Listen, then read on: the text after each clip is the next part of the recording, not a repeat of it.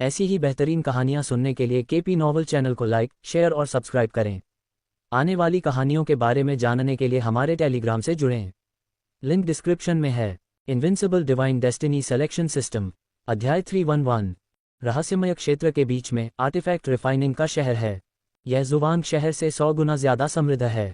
ये रहस्यमय क्षेत्र में प्रसिद्ध रिफाइनर शहर है। बिना किसी अतिशयोक्ति के राजा रैंक की आधी दिव्य कलाकृतियां इसी शहर से आती हैं और आधे रिफाइनिंग मास्टर यहां इकट्ठा होते हैं। 10 दिनों के बाद चू युआन और ओयांग मिंग शहर में पहुंचे। महाराज, आर्टिफैक्ट रिफाइनिंग का शहर आगे है, मैं आपका मार्गदर्शन करूंगा, ओयांग मिंग ने शहर के पास पहुंचते ही उत्सुकता से कहा। जैसे ही वे शहर के पास पहुंचे, उनकी भावनाओं का उफान विशाल शहर के नज़ारे से मेल खा रहा था। 100 साल पहले जिनचियांग से हारकर वह अपमान में चले गए थे। अब वह अपने सम्मान को भुनाने के लिए दृढ़ संकल्प के साथ लौटे। उनके सामने एक विशाल प्राचीन शहर खड़ा था। जुवांग शहर अपने आप में बहुत ऊंचा था, लेकिन आर्टिफैक्ट रिफाइनिंग शहर की तुलना में यह एक छोटा प्रांतीय शहर जैसा लग रहा था। शहर की अंतहीन दीवारें फैली हुई थीं, प्रत्येक ईंट पर कई संरचनाएं अंकित थीं। शहर का निर्माण कारीगरों द्वारा किया गया था, जिन्होंने अपनी विशेषज्ञता का प्रदर्शन करने के लिए बहुत कुछ किया। और शहर के द्वार काले और मजबूत, एक सच्चे भगवान की शक्ति का भी विरोध कर सकते थे। सदी में एक बार होने वाली रिफाइनिंग प्रतियोगिता के कारण 5 डोमेन से लोग प्रतिदिन शहर में आते थे, जो कई रिफाइनिंग मास्टर्स के कौशल को देखने के लिए उत्सुक थे। आर्टिफैक्ट रिफाइनिंग शहर सभी के लिए खुला था, कोई भी स्वतंत्र रूप से प्रवेश कर सकता था। ये शहर का आत्मविश्वास था। महाराज, हालांकि आर्टिफैक्ट रिफाइनिंग शहर में कोई सच्चे देवता नहीं है, लेकिन इसका इतिहास हजारों साल पुराना है। निश्चित रूप से छिपे हुए कार्ड हैं। पूरा शहर संरचनाओं से ढका हुआ है। भले ही कोई सच्चा देवता अराजकता पैदा करना चाहे, उन्हें पहले मौत की तैयारी करनी होगी, ओयांग मिंग ने सम्मानपूर्वक रास्ता दिखाया। हालांकि मेरा ओयांग परिवार आर्टिफैक्ट रिफाइनिंग शहर का संस्थापक है। हम जानते हैं कि कौन सी संरचनाएं स्थापित की गई हैं। भले ही जिनचांग ने इस सदी के भीतर कुछ बदलाव किए हों, भले ही उन्होंने आर्टिफैक्ट रिफाइनिंग के सच्चे समाधान का अध्ययन किया हो, मेरे पास इसे तोड़ने के पूर्ण तरीके हैं। ओयांग मिंग आर्टिफैक्ट रिफाइनिंग शहर पर कब्जा करने के चू युआन के इरादों से अवगत था। शहर पर कब्जा करने का पहला कदम शहर के स्वामी की स्थिति को सुरक्षित करना है, चू युआन ने घोषणा की। मुझे जिनचियांग को हराने का पूरा भरोसा है, ओयांग मिंग ने जवाब दिया। एक बार जब मैं प्रतियोगिता जीत जाऊंगा, तो शहर के नियमों के अनुसार सिटी लॉर्ड का पद मेरे पास वापस आ जाएगा। चू युआन ने सहमति में सिर हिलाया। आर्टिफैक्ट रिफाइनिंग का शहर किसी एक परिवार का नहीं था। साम्राज्य पर नवीनतम जानकारी पढ़ें। रहस्यमय क्षेत्र में प्रसिद्ध रिफाइनर ओयांग परिवार ने शहर की स्थापना की थी। अन्य शक्तियों से मुक्ति चाहते हुए ओयांग मिंग के पिता ओयांगजी ने अपनी प्रतिष्ठा के साथ आर्टिफैक्ट रिफाइनिंग के शहर की स्थापना के लिए 5 डोमेन में से आधे रिफाइनर को बुलाया था। ओयांगजी न केवल एक प्रसिद्ध रिफाइनिंग मास्टर थे, बल्कि फॉर्मेशन के भी मास्टर थे। हालांकि उनकी मार्शल आर्ट प्रतिभा औसत थी, लेकिन उन्होंने जो फॉर्मेशन बनाए थे, वे एक सच्चे भगवान को फंसा सकते थे और मार सकते थे। ओयांग मिंग को अपने पिता की मार्शल आर्ट प्रतिभा और रिफाइनिंग में उनके असाधारण कौशल विरासत में मिले थे। यदि जिनचांग ने उसे कलाकृतियों के शोधन में पराजित नहीं किया होता, तो शोधक अभी भी ओयांग मिंग को अपना नगर स्वामी मानने को तैयार होते। शहर विशाल था, जुवांग शहर से सैकड़ों गुना बड़ा। सड़कों पर चलते हुए कई शक्तिशाली साधक देखे जा सकते थे। दैवीय श्रेणी के साधक कुत्तों की तरह आम थे, जो देवता के दायरे में पहुंच चुके थे। वे हर जगह थे, और यहां तक कि शून्य देवता स्तर के साधक भी कभी कभी देखे जा सकते थे। मुख्य कारण ये था कि 5 डोमेन से कई शोधक शहर में एक बार होने वाली शोधन प्रतियोगिता के लिए इकट्ठा होते थे। कई शक्तिशाली व्यक्ति अपनी सामग्री यहां लाते थे और विभिन्न शोधकों को उनके लिए दिव्य कलाकृतियां बनाने का काम सौंपते थे। जुवानजुन राजवंश ने कलाकृतियों के शोधन के शहर को अपने क्षेत्र में शामिल करने की कोशिश की थी, लेकिन अगर वे बलपूर्वक कार्रवाई करते तो ये कई शोधकों की दुश्मनी को आकर्षित करता। इसके अलावा ओयांगजी द्वारा स्थापित संरचनाएं दसियों हजार वर्षों की किलेबंदी के बाद भी बहुत शक्तिशाली थीं। जुवानजुन राजवंश को बहुत ज्यादा कीमत चुकानी पड़ेगी। यहाँ बहुत सी दुर्लभ सामग्रियां हैं, जिनमें दिव्य प्रलय तोप के लिए जरूरी सामग्रियां भी शामिल हैं, जिसकी जरूरत महाराज को है, ओयांग मिंग ने बताया। इसके अलावा इस अवसर पर शहर में एक भव्य नीलामी आयोजित की जाएगी। राजा स्तर की दिव्य कलाकृतियां भी इतनी मूल्यवान नहीं हैं। समय समय पर शाही दर्जे की टूटी हुई दिव्य कलाकृतियां दिखाई देती हैं, और यह अज्ञात है कि हजारों सालों से स्थापित जुवानजुन राजवंश के पास वे हैं या नहीं। क्या महाराज को आना चाहिए? उसने पूछा। कोई जरूरत नहीं है, चू युआन ने उदासीनता से कहा। मैं कलाकृतियों के शोधन के पूरे शहर को स्थानांतरित कर दूंगा। मुझे नीलामी की क्या परवाह है। हाँ, ओयांग मिंग के चेहरे पर एहसास की एक झलक उभरी। कलाकृतियों के शोधन का शहर चुयुआन की मुट्ठी में होगा, नीलामी से कोई फर्क नहीं पड़ेगा। महाराज, शोधन प्रतियोगिता तक अभी भी लगभग आधा महीना बाकी है। क्या हम रहने के लिए कोई जगह ढूंढ लें? ओयांग मिंग ने अनिच्छा से पूछा। तुम इन चीजों को संभाल सकते हो, चुयुआन ने आदेश दिया। ठीक है, मैं इस आर्टिफैक्ट रिफाइनिंग शहर से बहुत परिचित हूँ, यहाँ कुछ भी ऐसा नहीं है जो मुझे समझ में ना आए। ओयांग मिंग ने आगे बढ़कर सड़कों पर ऐसे चलना शुरू किया जैसे वह अपने घर लौट रहा हो। उसे लगा कि उसे आर्टिफैक्ट रिफाइनिंग शहर में फिर कभी लौटने का मौका नहीं मिलेगा, लेकिन चुयुआन ने उसे उम्मीद दी। महाराज, 100 साल न तो लंबे होते हैं और न ही छोटे, लेकिन ये छोटे भी नहीं होते। अगर मैं इस बार जिनचियांग को हरा भी दूं तो भी कुछ रिफाइनर शायद मेरा अनुसरण करने को तैयार न हो। ओयांग मिंग ने चुयुआन को अपनी चिंताएं व्यक्त की, जबकि वह आगे बढ़ रहा था। वास्तव में उसके लिए सिटी लॉर्ड बनना आसान होगा, लेकिन आर्टिफैक्ट रिफाइनिंग के शहर को स्थानांतरित करना काफ़ी प्रतिरोध के साथ मुश्किल होगा। मैंने उनके देखने के लिए रिफाइनिंग के सच्चे समाधान के कई पृष्ठों की प्रतिलिपियां बनाई हैं, और अगर वे फिर भी मना करते हैं तो आर्टिफैक्ट रिफाइनिंग के शहर में उनके लिए कोई जगह नहीं है, चुयुआन ने उत्तर दिया। रिफाइनिंग के सच्चे समाधान की प्रतियां? ओयांग मिंग ने यह सुनकर सिर हिलाया। सच्चे समाधान में रिफाइनिंग की अधिक उन्नत तकनीकें शामिल थीं, जो रिफाइनरों के लिए बेहद आकर्षक होंगी। उसने कई महीनों तक इसका अध्ययन किया था, लेकिन इसका केवल एक छोटा सा अंश ही समझ पाया था। प्रलोभन बहुत बड़ा था। इसके अलावा दावू के पास रिफाइनिंग और औषधीय जड़ी बूटियों के लिए प्रचुर संसाधन हैं। कुछ अजीब स्वभाव वाले लोगों को छोड़कर बहुत कम लोग ऐसे समाधान का विरोध कर सकते हैं। प्रलोभन? महाराज, आइए अगले आधे महीने तक यहीं रहें। ओयांग मिंग ने आगे एक छोटे से अपार्टमेंट की इमारत की ओर इशारा किया। इमारत का कोई नाम नहीं था, यह एक छोटी सी खूबसूरत 5 मंजिला इमारत थी। हालांकि दरवाज़ा बंद था और धूल से ढका हुआ था, जिससे पता चलता था कि यह लंबे समय से वीरान पड़ा था। महाराज, यह आर्टिफैक्ट रिफाइनिंग शहर में मेरी निजी संपत्ति है। इसके बारे में कोई नहीं जानता। कृपया यहाँ रहने के लिए स्वतंत्र महसूस करें, ओयांग मिंग ने आमंत्रित किया। इसे मेरा अस्थायी महल समझें। चुयुआन ने चारों ओर नजर घुमाई। इमारत नदी के किनारे स्थित थी, जिसके चारों ओर कई चहल पहल वाली दुकानें और शराबखाने थे। ऊपरी मंजिल पर खड़े होकर वह पूरे शहर से होकर बहने वाली नदी को देख सकता था। शाम ढलते ही वह खूबसूरती से सजी हुई नावों को गुजरते हुए देख सकता था। महाराज ने अभी तक भोजन नहीं किया है। इस क्षेत्र में एक सराय है जो 10,000 सालों से है और उसका स्वाद बहुत बढ़िया है। मैं पहले भी अक्सर वहां जाता था। मैं सराय के लोगों को बुलाऊंगा और महल में भोज तैयार करूंगा। ओयांग मिंग ने जल्दी से व्यवस्था कर दी। वास्तव में सराय द्वारा तैयार किया गया भोजन असाधारण था। दावू के रसोइये उनके स्वाद की नकल नहीं कर सकते थे। यहाँ तक कि चुयुआन ने भी अपनी प्रशंसा व्यक्त की। अद्वितीय स्वाद मंत्रमुग्ध कर देने वाला था। जब उन्होंने आर्टिफैक्ट रिफाइनिंग शहर को स्थानांतरित किया तो उन्होंने महल में शाही रसोइये के रूप में सेवा करने के लिए इस सराय को अपने साथ ले जाने की योजना बनाई। इस स्वादिष्ट भोजन का आनंद केवल उन्हें ही नहीं लेना चाहिए, लिंगफी, चेनेक्सी, चेन याओ और अन्य लोग भी इसका स्वाद लेने के हकदार थे। जैसा कि महारानी विधवा ने दिवंगत सम्राट के लिए जागरण किया था, चुयुआन ने उनके लिए भोजन तैयार करने के लिए कुछ अच्छे रसोइये भी भेजे थे। यहाँ तक कि अब जब उसे जरूरत के हिसाब से खाने की जरूरत नहीं रह गई है, तो कौन अपने सामने उच्च गुणवत्ता वाले भोजन का विरोध कर सकता है। जैसे जैसे रात ढलती गई, नदी अचानक जगमगा उठी, मधुर संगीत के साथ नावों से भरी हुई। आर्टिफैक्ट रिफाइनिंग सिटी में रात का समय सबसे ज्यादा चहल पहल वाला होता है। नदी के किनारे चमकीली जलती लालटेन समृद्धि का प्रतीक हैं। नदी के दोनों किनारों पर बहुत से लोग और कई स्टॉल लगे हुए हैं। नदी की सतह पर कई बेहतरीन नावें घूम रही हैं और नदी के किनारे से मधुर संगीत निकल रहा है। साहित्यिक प्रतिभाएं और खूबसूरत महिलाएं हर जगह हैं। कई लोग दृश्यों की सराहना कर रहे हैं, लेकिन निश्चित रूप से सिर्फ नदी के दृश्य की नहीं। 100 साल बाद भी ये जगह जरा भी नहीं बदली है। ओयांग मिंग ने चुयुआन के लिए खिड़की खोली, जहां से नदी का एक बेहतरीन नज़ारा दिखाई देता है। इस समय कई युवा पुरुष हवा में एक दूसरे से लड़ रहे हैं। जो लड़ने की हिम्मत करते हैं वे कम से कम भगवान का पद तो हासिल कर लेते हैं, और कुछ तो सच्चे भगवान की स्थिति तक भी पहुंच जाते हैं। हालांकि उन सभी में एक बात समान है, वे बहुत युवा हैं। इसके अलावा चुयुआन ने महिलाओं को भी जमकर लड़ते देखा। क्या ये किसी महिला के लिए है? चुयुआन खिड़की से देखता है। महाराज सही कह रहे हैं, ये सब महिलाओं के लिए है। उन नावों को देखिए। आर्टिफैक्ट रिफाइनिंग सिटी के प्रमुख परिवारों की कई महिलाएं उन पर सवार हैं। अगर उन्हें कोई पसंद आता है तो वे पहल करती हैं और साहपूर्वक जीवन भर के लिए साथी की तलाश करती हैं। ओयांग मिंग ने समझाया, ये युवा प्रतिभाएं देवियों का ध्यान आकर्षित करने के लिए उनके सामने लड़ती हैं, इस उम्मीद में कि ये महिलाएं उनसे प्यार करने लगेंगी। जब महिलाएं लड़ती हैं तो यह ईर्ष्या के कारण होता है, युवा प्रतिभाओं के लिए प्रतिस्पर्धा करना।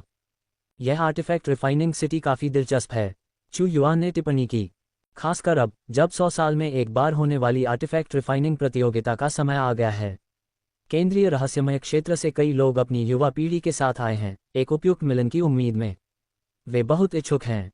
ओयांग मिंग ने नदी की ओर देखा और आह भरी, इस बार बहुत सारी युवा प्रतिभाएं हैं। चू युआन ने देखा कि कुछ युवा प्रतिभाएं नावों के अंदर से अनुग्रह प्राप्त कर रही हैं, नौकरानियां उन्हें पत्र देने के लिए आ रही हैं और फिर वे नाव के साथ चले गए। कभी कभी रोमांस की एक रात के लिए किसी दायित्व की आवश्यकता नहीं होती है। लोग एक रात के लिए पति पत्नी की तरह काम करते हैं और अगले दिन अजनबी बन जाते हैं, फिर कभी नहीं मिलते। ओयांग मिंग ने कहा, आर्टिफैक्ट रिफाइनिंग सिटी की महिलाएं इतनी सीधी हैं।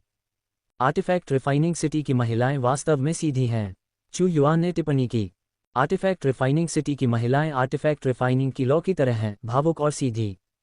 इस बारे में बोलते हुए ओयांग मिंग ने गर्व के साथ कहा, अन्य जगहों पर लोग बहुत शर्मीले हैं, केवल आर्टिफैक्ट रिफाइनिंग सिटी में ही ऐसी जंगलीपन मौजूद है।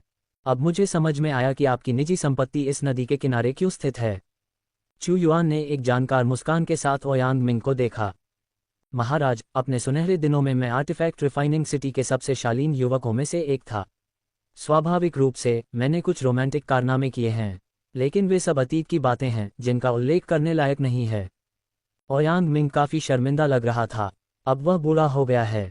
बेशक शून्य देव क्षेत्र के विशेषज्ञों के लिए, जिनके पास हजारों साल का जीवन काल है, वह अभी भी बहुत युवा है। लेकिन नदी पर रहने वाली युवा पीढ़ी की तुलना में वह काफी बूढ़ा हो गया है, और आर्टिफैक्ट रिफाइनिंग सिटी में जबरदस्त बदलावों का अनुभव करने के बाद उसका व्यक्तित्व काफी बदल गया है। उसकी पिछली लापरवाह भावना अब चली गई है। साम्राज्य में और अधिक जानकारी प्राप्त करें।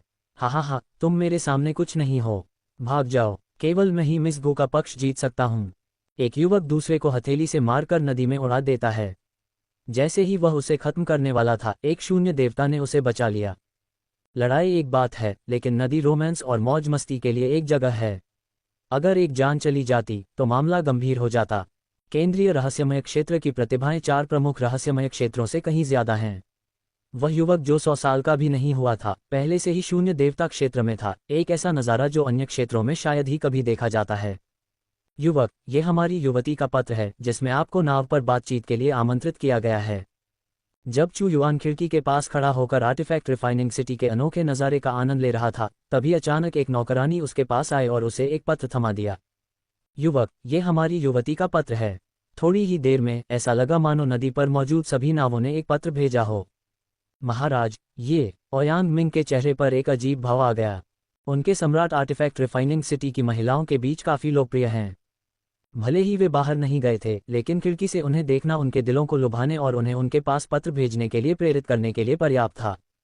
एक पत्र को पकड़े रहने से नाव में प्रवेश मिलता है, ये नियम है। बेशक ओयांग मिंग को ये बिल्कुल भी अजीब नहीं लगा। चू युआन ने कोई शक्ति नहीं दिखाई, लेकिन उसका शाही आभामंडल इतना जबरदस्त था कि नदी पर मौजूद कोई भी प्रतिभा उसकी बराबरी नहीं कर सकती थी। ये सितारों की तुलना धूल से करने जैसा था। तुलना करना बहुत बड़ा काम है। वे सभी आम लोग हैं, ओयांग मिंग ने कहा। युवा महोदय, मेरी महिला का उपनाम गु है। उसे उम्मीद है कि आप उस आनंद नाव पर चढ़ेंगे। उसका दावा है कि वह आपसे प्यार करती है, नौकरानी ने कहा। इतना सीधा, इतना कि उसने पहली नज़र में ही अपने प्यार का इजहार कर दिया। कोई आश्चर्य नहीं, क्योंकि वे आर्टिफैक्ट रिफाइनिंग शहर के लोग हैं। मिस गु, ओयांग मिंग ने पूछा। यह मिस गु परिवार से होनी चाहिए, जो आर्टिफैक्ट रिफाइनिंग शहर के 9 मुख्य भगवाओं में से एक है।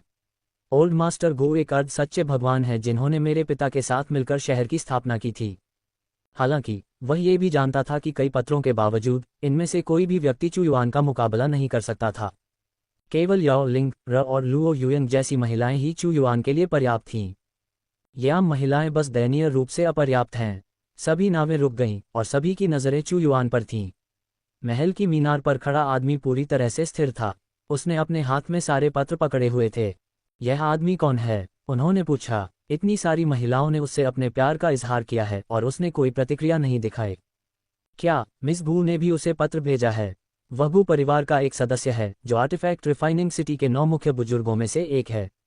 जो कोई भी मिस गू से शादी करेगा, जिसे ओल्ड मास्टर गू बहुत प्यार करता है, उसे असली शहर का समर्थन मिलेगा। ...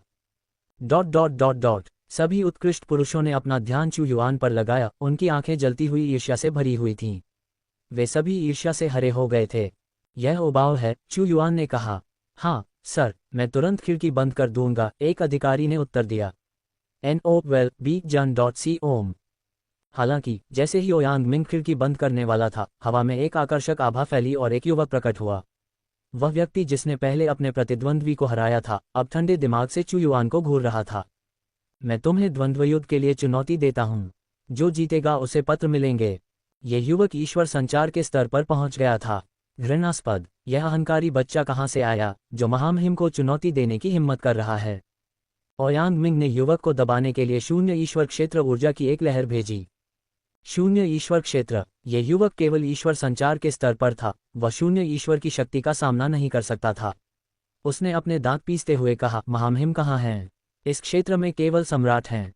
मुझे लगा कि वह कोई महत्वपूर्ण व्यक्ति है, लेकिन पता चला कि वह किसी दूसरे लोक से है। क्या तुम जानते हो मैं कौन हूँ? मैं लियू सिटी से लियू हान हूँ। मैंने स्वाभाविक रूप से लियू सिटी के बारे में सुना है और मैं तुम्हारे मालिक से भी मिल चुका हूँ। ओयांग मिंग ने तिरस्कारपूर्वक कहा, महामहिम का अपमान करने के लिए तुम्हें घुटने टेककर अपना अपराध स्वीकार करना होगा। इस तथ्य से सांत्वना पाओ कि मैं ही वह व्यक्ति था जो ये कदम उठा रहा था, अन्यथा तुम्हारा सिर पहले ही जमीन पर आ चुका होता। अपनी कलाई के एक झटके के साथ लियू हान नदी के किनारे घुटने टेक गया। शून्य देवलोक के दमन के तहत एक ईश्वर संचारक विरोध नहीं कर सकता था। यह नदी तट युवा पीढ़ी के खेलने की जगह मात्र है। क्या शून्य देव क्षेत्र की शक्ति का उपयोग करना बदमाशी नहीं है? भौहें सिकोड़े हुए एक शून्य देव उड़कर आया। महामहिम के विरुद्ध ईशनिंदा को दंडित किया जाना चाहिए, ओयांग मिंग ने उपहास किया, ये सोचकर कि उसे घुटने टेकना पहले से ही दया थी। तुम, नदी तट की रक्षा करने वाला शून्य देव केवल दूसरे स्तर पर था। उसने स्पष्ट रूप से महसूस किया कि ओयांग मिंग 5वें स्तर पर था।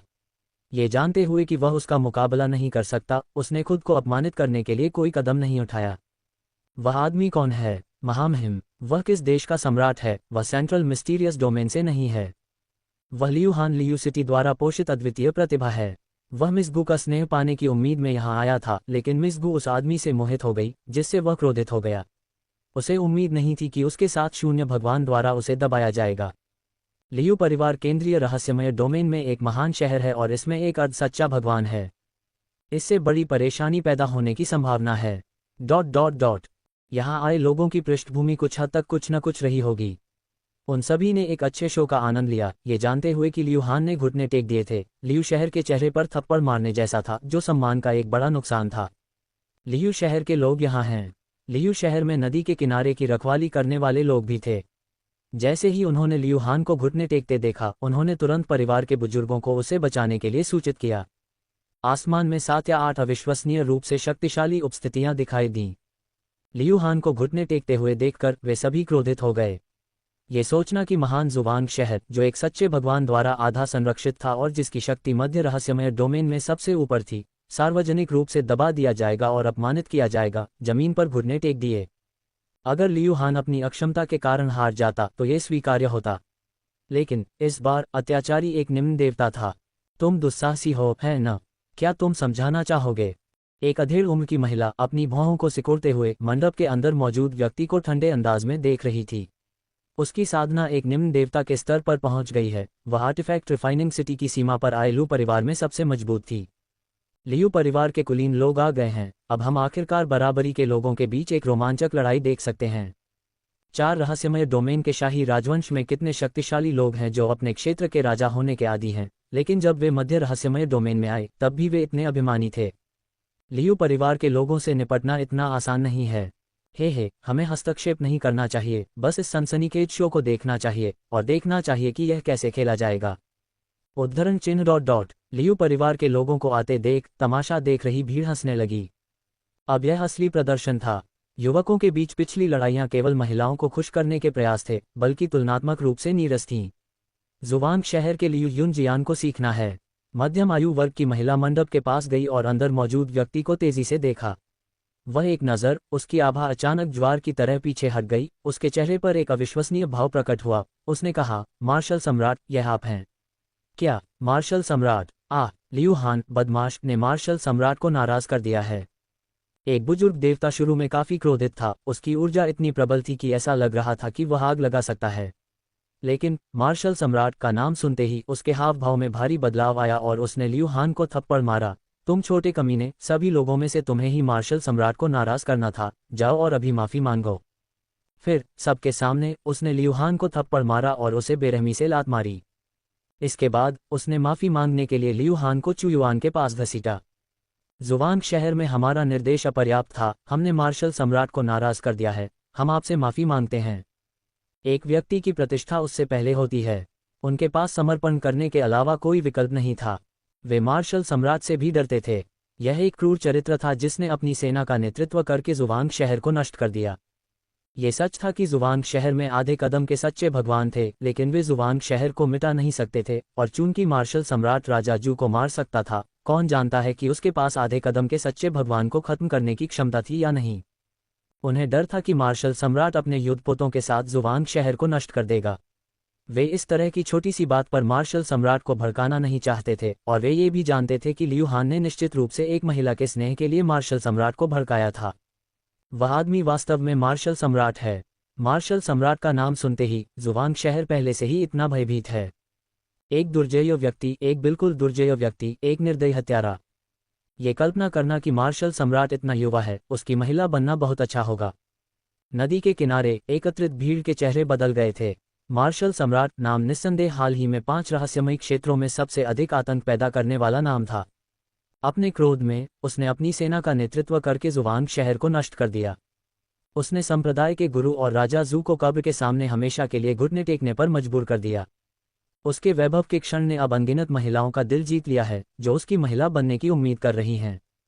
5 रहस्यमयी क्षेत्रों में कई शक्तिशाली लोग हैं, लेकिन उनमें से अधिकांश बूढ़े हैं, जो मार्शल सम्राट की तरह वीर और राजसी कद के हो सकते हैं। इतने युवा, भले ही वे उसकी पसंदीदा उपपत्नी न बन सकें, लेकिन उसके हरम में प्रवेश करना भी अनगिनत महिलाओं के लिए एक सपना था। नायक सुंदरियों से प्यार करते हैं, लेकिन सुंदरियां भी नायकों से और भी अधिक प्यार करती हैं। एक ऐसा नाम जो निम्न देवताओं को भी डराता है, और एक सच्चे भगवान को सावधान रहना चाहिए। मैं एक जवान आदमी पर गुस्सा करने की जहमत नहीं उठाऊंगा। चुयुआन एक शहर को नष्ट करने की हद तक नहीं जाएगा, सिर्फ इसलिए कि एक निम्न देवता उसे परेशान करता है। मार्शल सम्राट उदार हैं, जल्दी से आकर मार्शल सम्राट का धन्यवाद करो, इससे पहले कि मैं तुम्हें घर वापस जाकर सबक सिखाऊं। जुवांग शहर के एक बुजुर्ग ने लियू हान को पलटने का आदेश दिया। लियू हान का पूरा शरीर कांप रहा था। दूसरे पक्ष को एक उंगली भी हिलाने की जरूरत नहीं थी। एक नज़र उसे मार सकती थी, और वह इतना कांप रहा था कि वह स्पष्ट रूप से बात नहीं कर पा रहा था। अगर मार्शल सम्राट उपलब्ध हैं, तो मैं आर्टिफैक्ट रिफाइनिंग सिटी में एक भोज की मेजबानी करने जा रहा हूं, और मैं मार्शल सम्राट को रात्रिभोज में आमंत्रित करना चाहूंगा। लियू यूनजियान ने कहा। हाँ, अगर कोई भोज है तो वह जुवांग शहर से नहीं होना चाहिए। आखिरकार यह आर्टिफैक्ट रिफाइनिंग सिटी है। मेजबान अभी भी शहर का स्वामी होना चाहिए।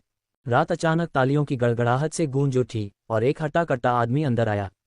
वह आदमी अपनी आंखों में सुनहरी रोशनी चमकाते हुए मजबूत दिख रहा था। उसकी साधना आधा कदम सच्चा भगवान, कलाकृतियों को परिष्कृत करने वाले शहर के स्वामी जिनचियांग। ओयांग मिंग ने बड़बड़ाया। जिनचियांग ने हंसते हुए कहा, हाँ, मार्शल सम्राट का शानदार आगमन। मुझे क्यों नहीं बताया गया? आप इस छोटी सी इमारत में रह रहे हैं, और मेरा आतिथ्य अपर्याप्त था। यह मेरी गलती थी। कुछ सुनना उतना अच्छा नहीं है जितना कि उसे देखना। चुयुआन को देखते हुए उसने एक प्राचीन और राजसी सम्राट की तरह एक जबरदस्त दुर्जय शक्ति को महसूस किया, जिसने उसे एक उच्च स्तरीय आधे चरण वाले सच्चे भगवान को उत्पीड़ित महसूस कराया। ये व्यक्ति भयानक है, इससे दोस्ती करना और उसे नाराज न करना सबसे अच्छा होगा। मैं इस कलाकृति शोधन बैठक में आया था। चुयुआन ने एक बार जिनचियांग की ओर देखा। हो भतीजे ओयांग, तुम मार्शल सम्राट के साथ हो। तुम कब से वापस आ गए? तुमने मुझे सूचित क्यों नहीं किया? जिनचांग ने अपनी नज़र ओयांग मिंग पर घुमाई। मैं पहले से ही दावू का मंत्री हूँ। मैं आर्टिफैक्ट रिफाइनिंग प्रतियोगिता में भाग लेने के लिए वापस आया हूँ। मैं सिटी लॉर्ड जिन को परेशान नहीं करूँगा। ओयांग मिंग ने ठंडे स्वर में उत्तर दिया। तो तुम दावू चले गए हो? खैर, आर्टिफैक्ट रिफाइनिंग सिटी में एक नियम है कि बेहतर आर्टिफैक्ट रिफाइनिंग कौशल वाला व्यक्ति सिटी लॉर्ड बन सकता है। ऐसा लगता है कि तुम इस बार सिटी लॉर्ड का पद वापस लेने की कोशिश करने के लिए वापस आ रहे हो।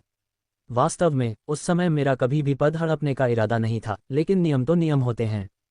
यदि आपकी कलाकृति शोधन कौशल मुझसे अधिक है तो मैं तुरंत आपको नगर स्वामी का पद सौंप दूंगा। जिनचांग को आश्चर्य हुआ कि ओयांग मिंग दावू का मंत्री बन गया। मुझे उसकी ओर से आपके शब्द याद हैं। चुयुआन ने कहा, नगर स्वामी जिन, मैं 100 साल पहले आपसे हार गया था। इस बार मैं तुम्हें निष्पक्ष रूप से हरा दूंगा। अगर ओयांग मिंग ने सही शोधन समाधान प्राप्त नहीं किया होता तो वह इतना आश्वस्त नहीं होता, लेकिन इस बार उसके पास पर्याप्त आत्मविश्वास था। जब तक तुम मुझे हरा सकते हो, शहर के स्वामी का पद तुम्हारा होगा। जिनचांग ने ओयांग मिंग को गंभीरता से नहीं लिया। वह ओयांग मिंग की क्षमता को अच्छी तरह से जानता था। हालांकि उसने ओयांगजी की सच्ची शिक्षाएं प्राप्त की थीं, फिर भी वह कलाकृतियों को परिष्कृत करने में जिनचांग से बहुत पीछे था। हालांकि उसका ध्यान सबसे अधिक चू युआन की ओर आकर्षित हुआ। वह ओयांग मिंग को लेकर आया और उसका लक्ष्य इतना सरल नहीं हो सकता था। वह हंसा, ये जगह बहुत अनौपचारिक है। अगर मार्शल सम्राट को कोई आपत्ति नहीं है तो तुम मेरे घर क्यों नहीं आते ताकि मुझे मेज़बान की भूमिका निभाने का मौका मिले। इसकी कोई ज़रूरत नहीं है, मैं यहाँ आराम से रह रहा हूँ। मैं हर रात नावों को देख सकता हूँ और गाने सुन सकता हूँ। चू युआन ने सहजता से उत्तर दिया, चूंकि मार्शल सम्राट हिलना नहीं चाहता, इसलिए मैं उसे रुकने के लिए मजबूर नहीं करूँगा। लेकिन मेरा घर हमेशा मार्शल सम्राट के लिए खुला है। अगर मार्शल सम्राट कोई हथियार बनाना चाहता है तो मैं आपके लिए बना सकता हूँ। उसने अपने रवैये को ईमानदारी से माना। उसके लिए जिनचांग एक प्रसिद्ध शोधन गुरु, कितने लोग उसके द्वारा गढ़े गए हथियार पाने की आकांक्षा रखते हैं। साम्राज्य पर अपना अगला रोमांच खोजें, मैं इसे याद रखूंगा। क्या चू युआन को अपने हथियार पसंद होंगे? उसे जो पसंद है वह पूरा आर्टिफैक्ट रिफाइनिंग सिटी है, जिसमें जिनचांग भी शामिल है। अगर और कुछ नहीं है तो कृपया माफ़ी मांग लें। ओयांग मिंग को चू युआन से एक संकेत मिला और उसने कहा, सिटी लॉर्ड जिन आधे महीने में आर्टिफैक्ट रिफाइनिंग प्रतियोगिता में मिलते हैं। चूंकि ओयांग जी का निधन हो चुका है, इसलिए आपके बुजुर्ग होने के नाते मैं आपको निर्देश देने के लिए पिछले 100 वर्षों में आपकी प्रगति को देख रहा हूं। आर्टिफैक्ट रिफाइनिंग सिटी में हलचल मच गई। आर्टिफैक्ट रिफाइनिंग सिटी में मार्शल सम्राट के आगमन और आर्टिफैक्ट रिफाइनिंग प्रतियोगिता में ओयांगजी के बेटे ओयांगमिंग की भागीदारी के साथ ये काफ़ी बड़ा आयोजन बन गया। मध्य रहस्यवादी के कई राजा शहरों के बीच ग्रेट वू के बारे में किसने नहीं सुना था। जुवांग शहर का खूनी दृश्य अभी भी उनके दिमाग में अंकित था, जैसे कि यह असुर क्षेत्र के बाद का दृश्य हो। ये सम्राट इतना भयानक था कि महान रिफाइनिंग मास्टर जिनचियांग को भी उसका सम्मान करना पड़ा। वे सभी जानते थे कि रहस्यवादी शाही राजवंश की तुलना में ग्रेट वू राजवंश में कल्याण कितना बेहतर था। आखिर कौन सी अन्य शक्तियां एक आभासी देवता को इतने सारे राजा ग्रेट भगवान की गोलियां प्रदान कर सकती थीं? एक निरंतर उगते हुए सितारे की तरह ग्रेट वू चकाचौंध था और असंख्य लोगों को इसके प्रति निष्ठा की प्रतिज्ञा करने के लिए आकर्षित करता था। महान वू सम्राट, वह जितना भयानक था, वह इस समय यहाँ किस लिए आया था? हर दिन चू युआन के निवास पर राजा शहरों से अनगिनत लोग मार्शल सम्राट से मिलने की इच्छा रखते थे। कुछ लोग तो अपने राज्य की सबसे बेहतरीन महिलाओं को भी उसे भेंट करना चाहते थे। भले ही वे उसकी पत्नियां न बन पाती, फिर भी उसके हरम में रखेल बनना फायदेमंद माना जाता था। शहर की सभी महिलाएं मार्शल सम्राट पर मोहित थीं। उन्होंने उसके अलावा किसी और से शादी न करने का मन बना लिया। क्यों? क्योंकि मार्शल सम्राट बहुत चमकदार था और बहुत युवा था। वह उन प्राचीन लोगों की तरह नहीं था जो हजारों सालों तक खुद को एकांत में रखते हैं। फिर भी वह एक बड़े साम्राज्य को नियंत्रित करता था, जिसे रहस्यवादी सम्राट राजवंश भी लापरवाही से अपमानित करने की हिम्मत नहीं कर सकता था। इस समय जिनचांग की हवेली के भीतर जिनचांग के बगल में कई बुजुर्ग बैठे थे जिनके पास दुर्जय शक्ति थी। सिटी लॉर्ड जिन अप्रत्याशित रूप से ओयांग मिंग भी बुरी नीयत से बेशक उपस्थित हुआ।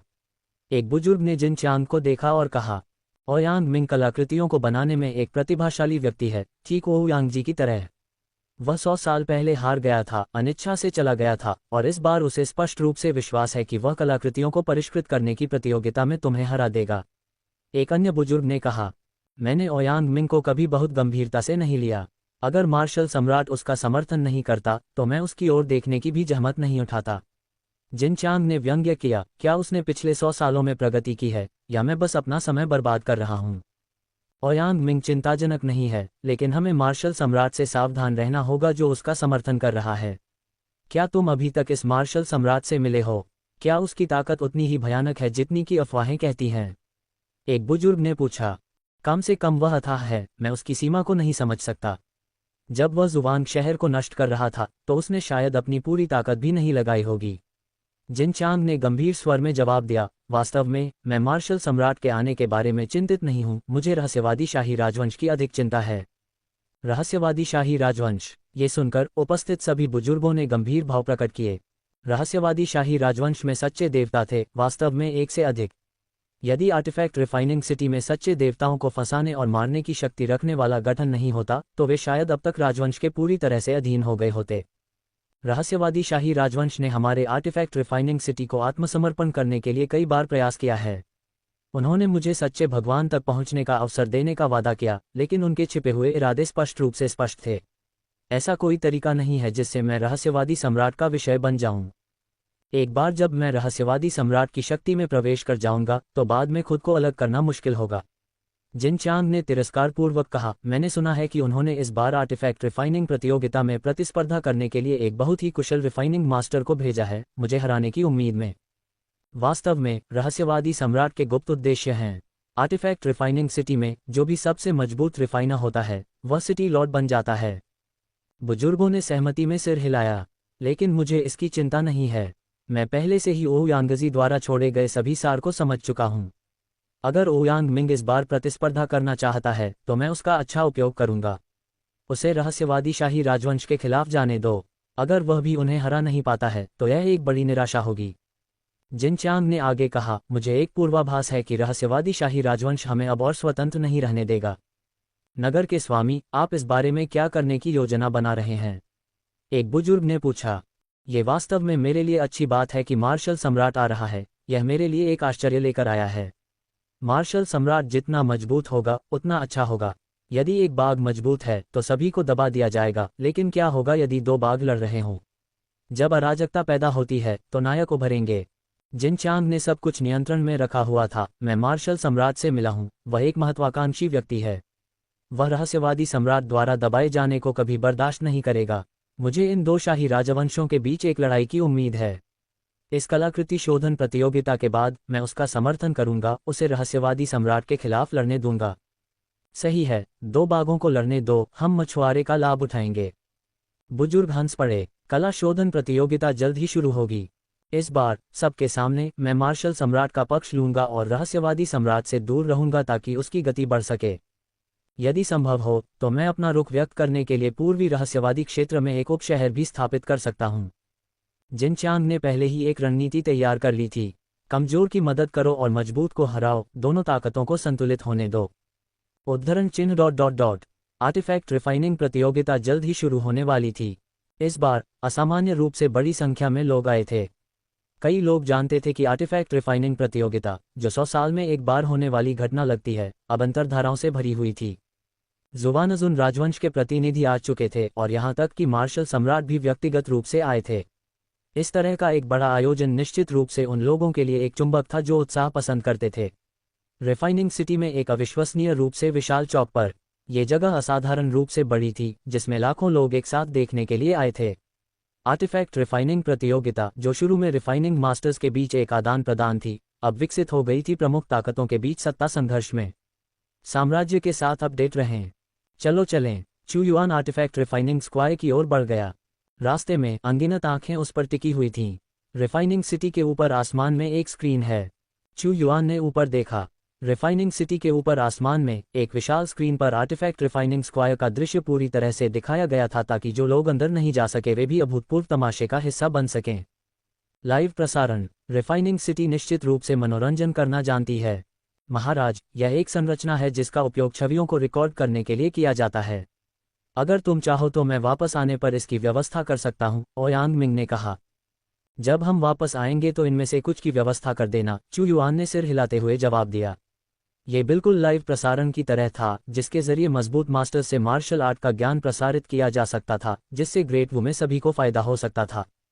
इसे स्थापित करना आसान है, हालांकि यह विशेष रूप से व्यवहारिक नहीं है।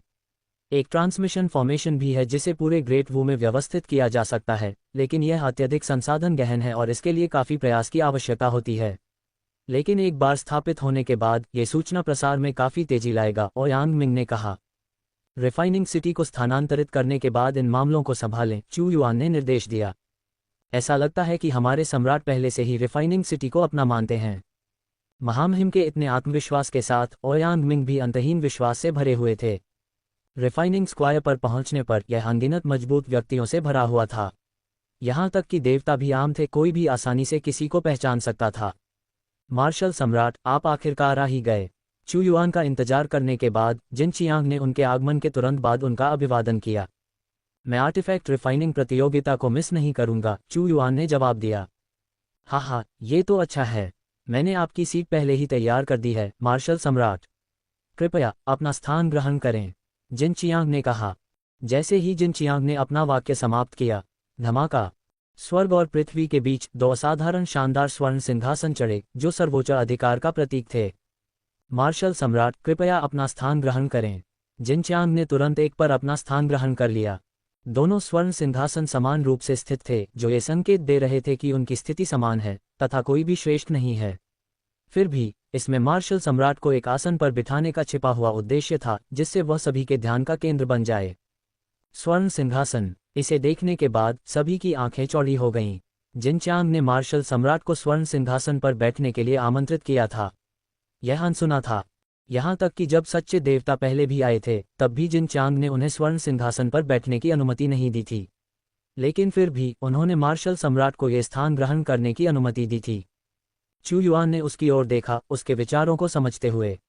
वह आगे बढ़ा और स्वर्ण सिंहासन पर अपना स्थान ग्रहण किया। जिन चियांग ने उसे सीधे भीड़ के सामने सबसे प्रतिष्ठित प्लेटिनम सिंहासन पर बिठाया। सभी ने ऊपर देखा और सबसे अधिक देख सकते थे चमकदार व्यक्ति। क्या यह एक सेटअप है?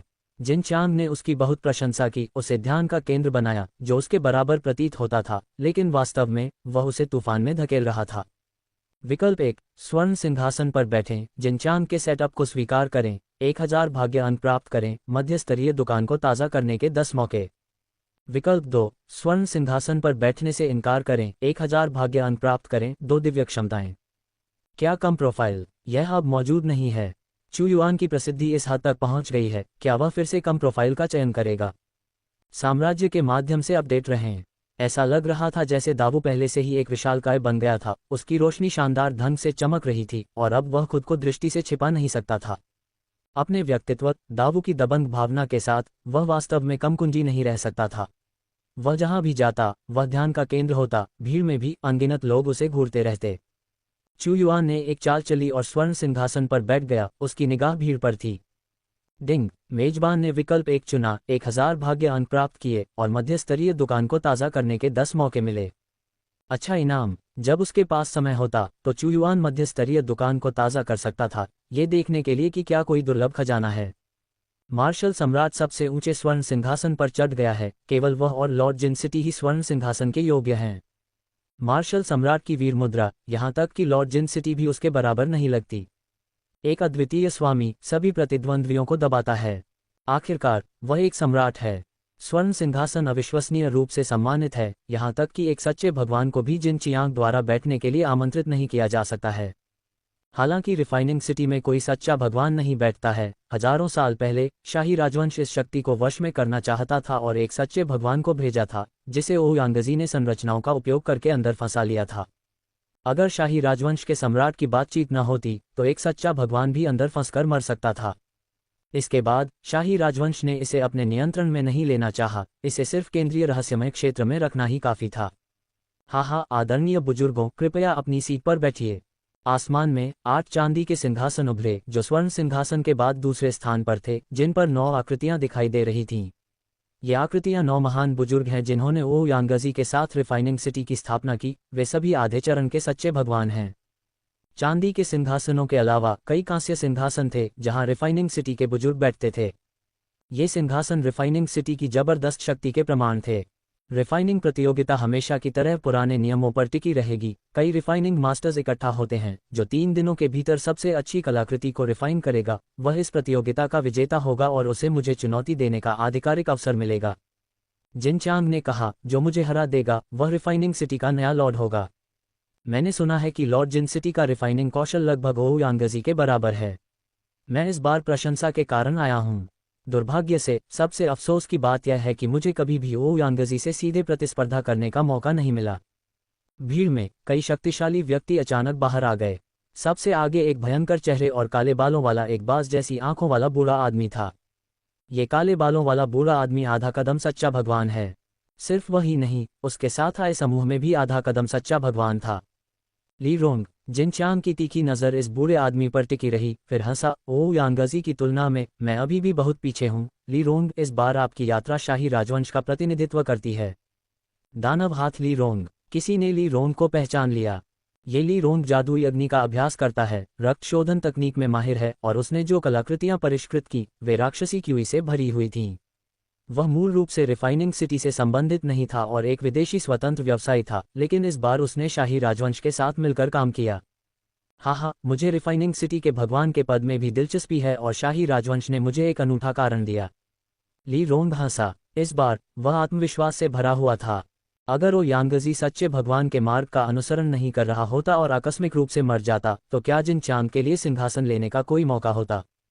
हास्यास्पद। भले ही उसके शोधन कौशल लो यांगजी जितने अच्छे न हो, लेकिन उसे जिन चांग को हराने का भरोसा था। मेरी राय में इस बार वार्म अप को रद्द करना और समय बर्बाद न करना बेहतर है। आपको और मुझे अनगिनत लोगों के सामने एक एक कलाकृति को परिष्कृत करना चाहिए ताकि ये देखा जा सके कि वास्तव में केंद्रीय रहस्यमय क्षेत्र में नंबर 1 शोधन मास्टर कौन है। ली रोंग राक्षसी क्यूई से भरा हुआ था, उसकी भयानक आंखें भीड़ को एक अथाह रसातल की तरह घेर रही थीं।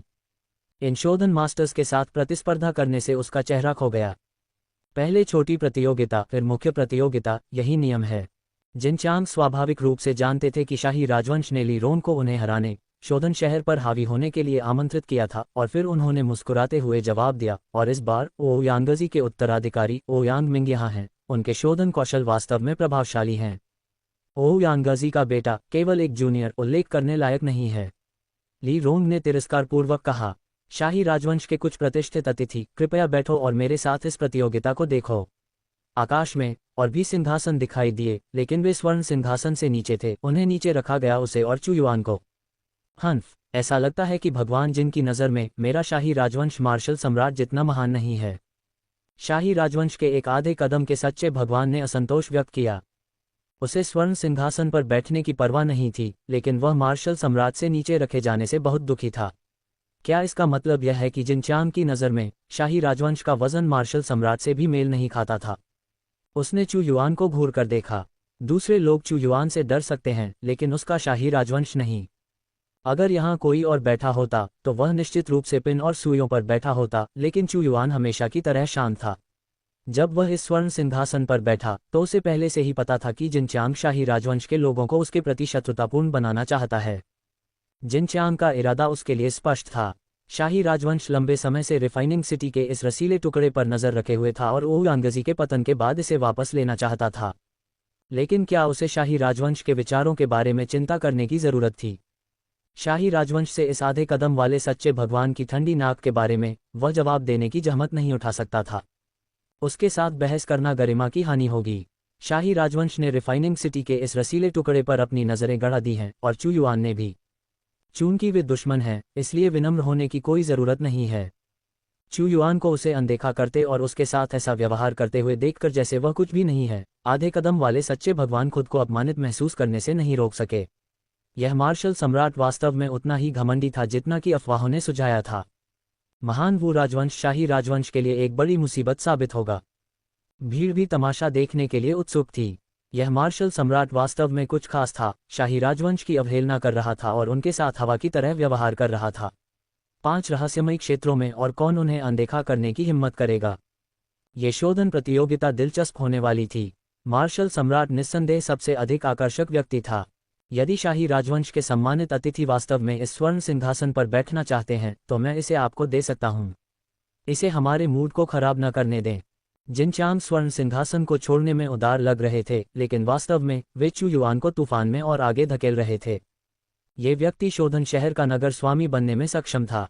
वह कोई साधारण व्यक्ति नहीं है, वह बहुत चालाक है। लेकिन चू युआन ने इन गणनाओं को शांति से देखा, कोई आश्चर्य नहीं दिखाया। ये सभी छोटी छोटी चालें, जब तक ओयांग मिंग शोधन शहर का नगर स्वामी नहीं बन जाता तब तक वह जिन चांग को अपनी बड़ी चाल दिखाएगा। मैं और कुछ नहीं कहूंगा। सभी शोधन स्वामी कृपया अपने पदों पर जाएं, प्रतियोगिता शुरू होने वाली है। जिन चांग शाही राजवंश द्वारा चू युआन के प्रति शत्रुतापूर्ण व्यवहार की स्थिति से बहुत संतुष्ट थे और उन्होंने शोधन प्रतियोगिता की शुरुआत की घोषणा की। अत्यधिक प्रत्याशित कलाकृति शोधन प्रतियोगिता आखिरकार शुरू हो गई है, जिसमें कई शानदार दृश्य देखने को मिले। शोधन शहर के चौक पर शोधन के लिए कई ऊंचे मंच बनाए गए थे। यहां तैनात छवियों को कैप्चर करने के लिए गठन पूरे शहर में अभूतपूर्व भव्य अवसर का प्रसारण कर रहा था। कई शोधन मास्टर्स इन मंचों पर उड़े। जो लोग मंच पर चढ़ने की हिम्मत करते थे वे सभी शून्य देव क्षेत्र के थे, जो राजा स्तर की गुणवत्ता वाली दिव्य कलाकृतियों को परिष्कृत करने में सक्षम थे। मैं निश्चित रूप से महामहिम द्वारा मुझ पर रखे गए विश्वास को विफल नहीं करूंगा। ओयांग मिंग ने स्वर्ण सिंहासन पर राजसी चू युआन को देखा, फिर एक ऊंचे मंच पर उड़ गया। उसने एक गहरी सांस ली। 100 साल पहले उसने यहाँ कलाकृतियों को परिष्कृत किया, जिनचांग से हार गया और शोधन शहर को एक पराजित कुत्ते की तरह अपमानित किया। आज यहाँ लौटते हुए उसका स्वभाव 100 साल पहले से बहुत अलग है। धमाका! उसकी हथेली से चमकीली चमकीली ज्वाला का एक समूह फूट पड़ा। ये किस तरह की आग है? एक बड़े बुजुर्ग ने ओयांग मिंग की ओर देखा। वह वास्तव में गु परिवार का कुलपति था। उसने बारीकी से देखा। ऐसा लगता है कि ओयांग मिंग जिस ज्वाला का उपयोग कर रहा है वह किसी तरह की विशेष अग्नि है। इसमें शून्य की शक्ति है। ऐसा लगता है कि उसने इस बार पूरी तैयारी कर ली है। लेकिन हमें ली रोन को कम नहीं आंकना चाहिए। उसकी कलाकृति शोधन उपलब्धियां हम में से किसी से कम नहीं हैं। सभी ने ली रोन की ओर देखा और जादुई अग्नि का एक समूह देखा। यह उसकी जादुई अग्नि है। एक शोधन गुरु का सपना होता है कि उसके पास अपनी खुद की एक विशेष ज्वाला हो। हालांकि लगभग 100 शून्य देवता तुरंत मंच पर आ गए, लेकिन केवल 1 दर्जन के पास कोई विशेष ज्वाला थी। बाहरी लोग तमाशा देखते हैं, अंदरूनी लोग तकनीक देखते हैं। 3 दिनों में राजा स्तर की दिव्य कलाकृति को परिष्कृत करना लगभग असंभव है। जाहिर है, जीतने के लिए किसी को एक शीर्ष श्रेणी का आध्यात्मिक ईश्वर उपकरण लाना होगा जो प्रतिद्वंद्वी को मात दे सके। ओयांग मिंग क्या परिष्कृत करने की कोशिश कर रहा है? यह एक चाकू लगता है। दृश्य में सभी रिफाइनिंग मास्टर्स ओयांग मिंग और ली रोंग सबसे अधिक ध्यान आकर्षित करने वाले हैं। एक ओ यांगजी का बेटा है, दूसरा एक प्रसिद्ध अनुभवी पावरहाउस है। जिन चियांग को छोड़कर आप में से कोई भी मेरी बराबरी नहीं कर सकता। और कौन मुझ पर दबाव डाल सकता है? अपने मानकों के आधार पर आप मुझसे प्रतिस्पर्धा करना चाहते हैं। ली रोंग के हाथ बादलों और बहते पानी की तरह सहजता से हिल रहे थे। उसके हाथों में कीमती दिव्य सामग्री पिघलकर तरल हो गई थी। हर बार जब वह अपना हाथ हिलाता था तो एक लुभावनी राक्षसी शक्ति निकलती थी जो धीरे धीरे कवच के आकार में मिल जाती थी। वह कवच का एक सेट परिष्कृत कर रहा है। भीड़ की अभिव्यक्ति थोड़ी जम गई। निस्संदेह कवच को परिष्कृत करना हथियार की तुलना में बहुत कठिन है। भले ही यह सिर्फ एक आध्यात्मिक कलाकृति हो, 9 महान बुजुर्गों को 3 दिनों के भीतर इसे खत्म करना बहुत कठिन लगेगा। वह कौन है? 9 महान बुजुर्गों ने अचानक ली रोंग को काले भयानक खून की एक बोतल निकालते देखा। इससे एक जबरदस्त शक्ति निकलती है। वे चौंक कर चिल्ला उठे, दानव भगवान का खून! खून को शुद्ध करने की विधि! ये खून कम से कम सच्चे भगवान के स्तर का है। ये ली रोंग दुर्जय है। ली रोंग एक दानव भगवान कवच को परिष्कृत कर रहा है, जबकि ओयांग मिंग जो परिष्कृत कर रहा है वह काफी साधारण लगता है। मार्शल सम्राट, आपको क्या लगता है कि किसको फायदा है? जिन चांग हंसे। Ouyang Ming. चू युआन ने केवल 3 शब्दों में उत्तर दिया। सच में, मैदान पर कई रिफाइनिंग मास्टर्स अपने विशेष कौशल का प्रदर्शन कर रहे थे। विभिन्न प्रकार की आग एक दूसरे को काट रही थी, जिससे दृश्य चकाचौंध हो रहा था। पलक झपकते ही 3 दिन बीत गए। कई रिफाइनिंग मास्टर्स ने आखिरकार राहत की लंबी सांस ली। ये केवल 3 दिन का समय था, लेकिन भीड़ की निगाहों के सामने, जिसमें बहुत से व्यवधान थे और समय बहुत कम था, एक कलाकृति को आसानी से परिष्कृत कर पाना वास्तव में काफी प्रभावशाली था। मेरा ये कवच, जिसका नाम क्रूर कवच है, एक उच्च श्रेणी की आध्यात्मिक कलाकृति है। धमाका! दानव भगवान की एक जबरदस्त आभा जारी की गई, जिसने उपस्थित सभी शोधन मास्टर्स को दबा दिया।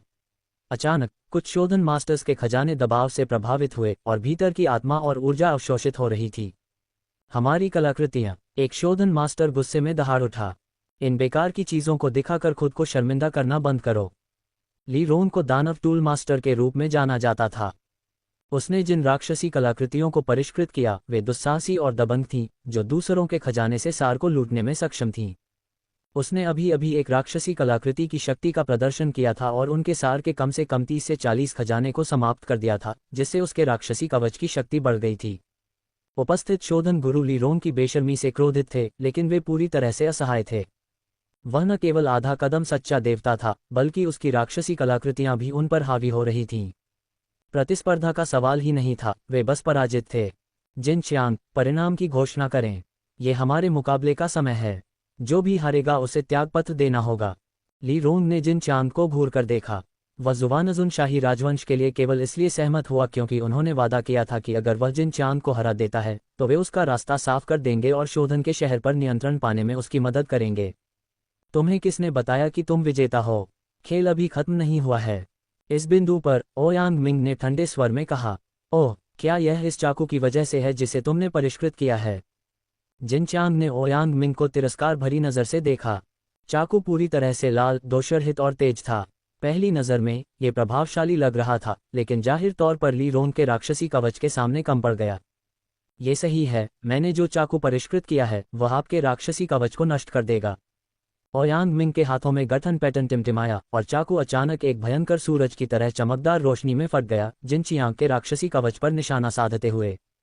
इतनी हिम्मत! आपको लगता है कि आपका कबाड़ का टुकड़ा मेरे राक्षसी कवच को तोड़ सकता है?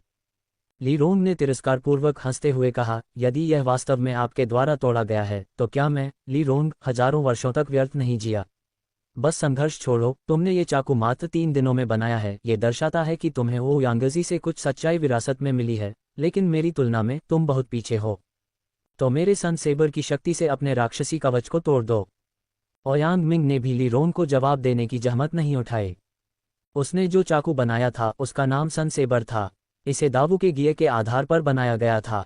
इसमें कोई अन्य दिव्य क्षमता नहीं थी। हालांकि इसने कृपाण की क्रूरता और प्रभुत्व पर जोर दिया। साम्राज्य के साथ और कहानियां खोजें। एक पल में आकाश में सन सेबर सूर्य की मोटी लपटों से ढक गया और राक्षसी कवच की ओर झपटा। राक्षसी क्यूई को चमकते लाल घेरे ने बाहर निकाल दिया। मूर्ख नौजवान, तुम अपनी सीमाएं नहीं जानते। ली रोंग को इस बात की बिल्कुल भी चिंता नहीं थी कि ओयांग मिंग उसका राक्षसी कवच तोड़ देगा। जैसे ही सूर्य कृपाण झूला, राक्षसी कवच पर अचानक एक राक्षस देवता की छाया दिखाई दी जो सूर्य और चंद्रमा को निगल रहा था। ये राक्षसी कवच न केवल आश्चर्यजनक सुरक्षा प्रदान करता था, बल्कि यह आक्रमण भी कर सकता था। तुरंत राक्षस देवता ने सूर्य कृपाण पर अपनी पकड़ बनाई।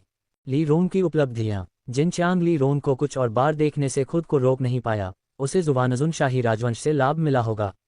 ये राक्षसी कवच एक सच्चे देवता के रक्त बलिदान से मजबूत हुआ था, जिसमें राक्षसी देवता शक्ति थी। उसके आत्मविश्वास से भरे रूप को देखते हुए शायद वह मुझसे निपटने के लिए पहले से ही तैयार है। उसे सबसे ज्यादा चिंता जुवानजुन शाही राजवंश की थी।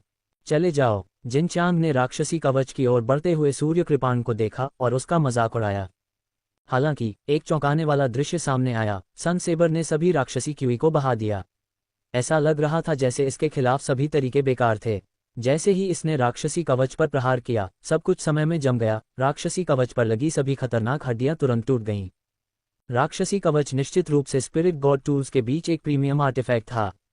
लेकिन इस समय जब सन सेबर का सामना हुआ तो ये टोफू की तरह नाजुक था और बीच से सीधे 2 हिस्सों में विभाजित हो गया। राक्षसी देवता की छाया भी पूरी तरह से गायब हो गई।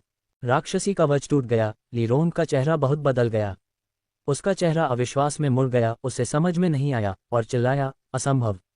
मेरे सावधानीपूर्वक परिष्कृत राक्षसी कवच को तुम कैसे नष्ट कर सकते हो? राक्षसी कवच टूट गया है। अब ये कहने की जरूरत नहीं है कि कौन जीता और कौन हारा। हालांकि ओयांग मिंग के चेहरे पर ज्यादा आश्चर्य नहीं दिखा। उन्होंने महसूस किया कि ली रोंग को हराना स्वाभाविक था।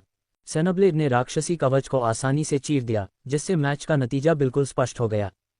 सेनब्लेड एक ऐसा हथियार था जिसे ओयांग मिंग ने दावू के मानक उपकरण से संशोधित और प्रतिरूपित किया था। भले ही उसे समझ में न आया हो कि सेनब्लेड उस उपकरण से अलग क्यों था जिसे उसने पहले देखा था, लेकिन इसने उसे बदलाव करने से नहीं रोका, खासकर तब जब उसने आर्टिफैक्ट रिफाइनिंग के लिए सही व्याख्या प्राप्त कर ली थी। टॉम में कोई भी रिफाइनिंग मास्टर आसानी से ली रोंग को हरा सकता था। ओयांग मिंग के रिफाइनिंग कौशल इतने गहन स्तर पर पहुंच गए हैं, यहां तक कि मुझे भी ली रोंग को हराने का भरोसा नहीं है। वह इस बार कुछ भी मौका नहीं छोड़ रहा है। उसका लक्ष्य सिटी लॉर्ड का पद पुनः प्राप्त करना है। विभिन्न रिफाइनिंग मास्टर्स ने जीवंत चर्चाएं की और 9 ग्रैंड एल्डर्स ने भी प्रशंसात्मक टिप्पणियां की। इसमें कोई संदेह नहीं है कि ओयांगजी के बेटे के रूप में उसने अपने पिता की प्रतिभा विरासत में पाई है, यहां तक कि उससे भी आगे निकल गया है। क्या मैं हार गया? एम्पायर पर और अधिक जानकारी प्राप्त करें। ली रोंग इसे स्वीकार नहीं कर सका। ओयांगजी के पतन के बाद उसने खुद को मध्य रहस्यमय क्षेत्र में नंबर 1 शोधन गुरु के रूप में देखा, जिसके रास्ते में केवल जिनचियांग खड़ा था। लेकिन वह ओयांग मिंग से हार गया था, जो अतीत में अपेक्षाकृत अज्ञात व्यक्ति था। तुम्हारा ब्लेड धोखेबाज है। मैं यह मानने से इनकार करता हूं कि मैं इतनी आसानी से हार गया। ली रोंग ने गुस्से से चिल्लाया। राक्षसी साधक बेशर्म था, खासकर अपनी स्थिति में। उसने एक सर्वोच्च राक्षसी तकनीक का इस्तेमाल किया। एक विशाल राक्षसी हथेली सीधे सेनब्लेड तक पहुंचती हुई एक जंगली आभा जारी करती है, जिसने ओयांग मिंग को लगातार पीछे हटने के लिए मजबूर किया। फिर उसने अपनी ताकत से ओयांग मिंग को घायल करने की भी कोशिश की। तुम्हारी हिम्मत कैसे हुई? गोल्डन सिंहासन से अचानक इच्छाशक्ति की एक अविश्वसनीय रूप से तीव्र भावना उभरी। एक विशाल आकृति ने हवा को पकड़ लिया और एक सर्वोच्च, व्यापक, मानवतावादी शक्ति ने ली रोन पर हमला किया।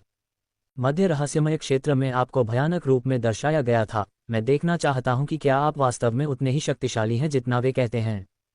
ली रोन ने दहाड़ लगाए। जैसे ही उसकी राक्षसी हथेली चू युआन की शक्ति के संपर्क में आई, वह बह गई और तुरंत गायब हो गई। ली रोन की ताकत तुरंत दब गई। सभी ने चू युआन की अजेय शक्ति देखी। भले ही वह स्वर्ण सिंहासन पर बैठा रहा, लेकिन केवल एक इशारे से एक प्रभावशाली प्रभुत्व का उत्सर्जन करते हुए ली रोन को बार बार पीछे हटने के लिए मजबूर होना पड़ा। उसके भीतर की राक्षसी क्यूई जलने लगी। छींटे! ली रोन ने मुंह भर खून थूका। क्या इस भयानक दमन ने सभी को चौंका दिया। ली रोन शायद अर्ध सच्चे भगवान स्तर में सबसे मजबूत लोगों में से नहीं था, लेकिन फिर भी वह उस उपाधि को धारण करता था। इतनी आसानी से वश में किया जाना अविश्वसनीय था, खासकर ये देखते हुए कि उसने अभी तक कोई उचित कदम नहीं उठाया था। एक पल के लिए हर कोई चू युआन से और भी ज्यादा डर गया। एक दुश्मन जिसकी शक्ति अज्ञात है हमेशा सबसे भयानक होता है। ली रोन, तुम हार गए हो। क्या तुम हार स्वीकार नहीं कर सकते? जिनचांग मध्यस्थता करने के लिए आगे बढ़े। चू युआन को एक सार्थक नज़र से देखा। बेशक, मैं अपनी हार स्वीकार कर सकता हूँ। हालांकि ली रोन पहले भी अपना आपा खो चुका था, लेकिन वह मूर्ख नहीं था। जिनचांग उसे बाहर निकलने का रास्ता दे रहा था। अगर वह इसे नहीं लेता और सार्वजनिक रूप से अपमानित होता तो यह असली शर्मिंदगी होती। चलो चलते हैं। शाही राजवंश के लोग वहां से ठंडे मन से चले गए, वहां रुकने की योजना नहीं बना रहे थे। मैं देखना चाहता हूं कि क्या ओयांग मिंग जिनचांग को हरा सकता है। ली रोन ने ओयांग मिंग को लगातार घूरते हुए देखा। चूंकि यह छोटी प्रतियोगिता पहले ही तुमने जीत ली है, तो चलो बड़ी प्रतियोगिता की ओर बढ़ते हैं। चू युआन ने सहजता से कहा।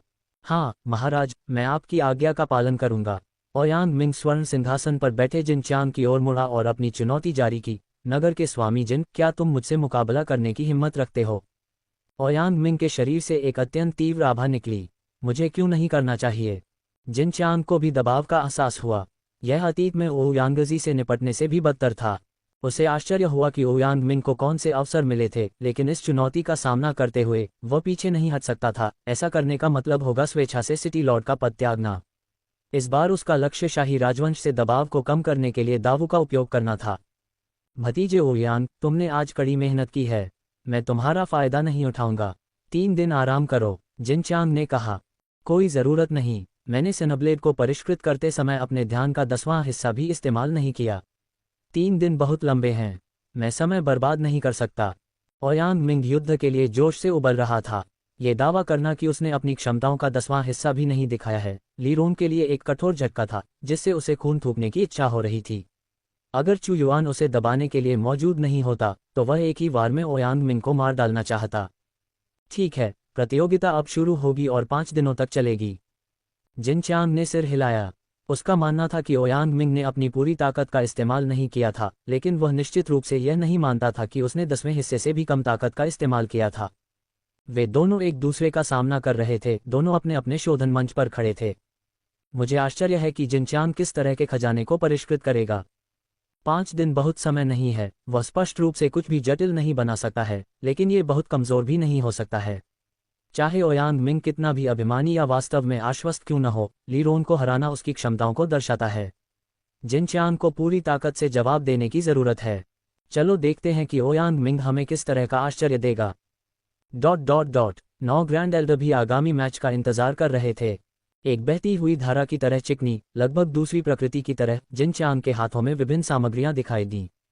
फिर उन्हें एक विशेष दिव्य अग्नि द्वारा परिष्कृत किया गया, सभी अशुद्धियों को हटा दिया गया और उनके डिजाइन के अनुसार आकार दिया गया। जिनचांग ने लाल सूर्य दिव्य अग्नि को आदेश दिया, जो चिलचिलाती धूप की तरह भयंकर थी। एक ड्रैगन आत्मा दहाड़ती हुई आगे बढ़ी। जिनचांग ने एक सीलबंद जेड पेंडेंट से एक सुनहरी स्वर्गीय ड्रैगन आत्मा को छोड़ा। यह एक ड्रैगन आत्मा है। 8 ग्रैंड एल्डर चौंक गए और चिल्लाने लगे, मुझे पता है कि जिनचांग क्या परिष्कृत करना चाहता है। वह वास्तव में अत्यंत कठिन स्वर्गीय ड्रैगन स्तंभ को गढ़ने जा रहा है। वह ड्रैगन आत्मा एक अर्ध सच्चा भगवान है। सिटी लॉर्ड के पद को बनाए रखने के लिए वह इतनी भारी कीमत चुकाने को तैयार है। टॉवर प्रकार की कलाकृति बनाना पहले से ही मुश्किल था, खासकर केवल 5 दिनों की समय सीमा को देखते हुए। इस बीच ये स्पष्ट था कि यह ड्रैगन आत्मा समाप्त होने वाली थी। यह एक अर्ध सच्चे भगवान की स्वर्गीय ड्रैगन आत्मा थी, जो अत्यंत कीमती थी। जिनचांग एक निश्चित जीत हासिल करने के लिए एक स्वर्गीय ड्रैगन आत्मा को भी खर्च करने को तैयार था। भतीजे, चाहे कोई भी जीते या हारे, अंत में हम स्मृति चिन्ह के रूप में खजाने का आदान प्रदान कर सकते हैं। जिनचांग अपनी जीत में आश्वस्त था और दूसरी तरफ खड़े ओयांग मिंग की ओर उदासीनता से मुस्कुराया। ठीक है, मैं जो खजाना परिष्कृत करूंगा वह आपकी सेवानिवृत्ति पर मेरा उपहार होगा जब मैं शहर के स्वामी के रूप में आपका उत्तराधिकारी बनूंगा। ओयांग मिंग अविचलित रहा। इस बार उसने बहुत सारी सामग्री निकाली, सभी प्रकार की। उसकी स्काईफ्लेम दिव्य अग्नि के प्रभाव में ये सामग्री कई अजीब छोटे भागों में पिघल गई। ओयांग मिंग क्या परिष्कृत करने की कोशिश कर रहा है? हजारों, सैकड़ों, हजारों भागों। ये किसी तरह की एकत्रित कलाकृति होनी चाहिए, लेकिन केवल 5 दिनों में क्या इतनी जटिल कलाकृति को परिष्कृत करना बुद्धिमानी है? बड़े गू ने भौहें सिकोड़ी। 5 दिनों में किसी सरल लेकिन महत्वपूर्ण रूप से शक्तिशाली चीज को परिष्कृत करना सबसे अच्छा है। 9 बड़े बुजुर्गों ने उस पल अपना सिर हिलाया। ये बहुत जटिल था। कुछ देर देखने के बाद उन्हें लगा कि यह एक बहुत बड़ी परियोजना है। भले ही इसे 5 दिनों के भीतर जबरन इकट्ठा किया गया हो, ये जिनचांग के स्वर्गीय ड्रैगन स्तंभ के साथ प्रतिस्पर्धा करने में सक्षम नहीं होगा। मैं अब समझ गया कि वह क्या परिष्कृत करना चाहता है। एक प्रतिभा, एक अनूठा रास्ता अपनाना। चुयुआन भावहीन रहा, लेकिन उसने खुद से सोचा, वह एक स्काई वॉरशिप की नकल करना चाहता है और इसे परिष्कृत प्रतियोगिता के मंच पर लाना चाहता है। तभी वह जिनचियांग के स्वर्गीय ड्रैगन स्तंभ को हरा सकता है।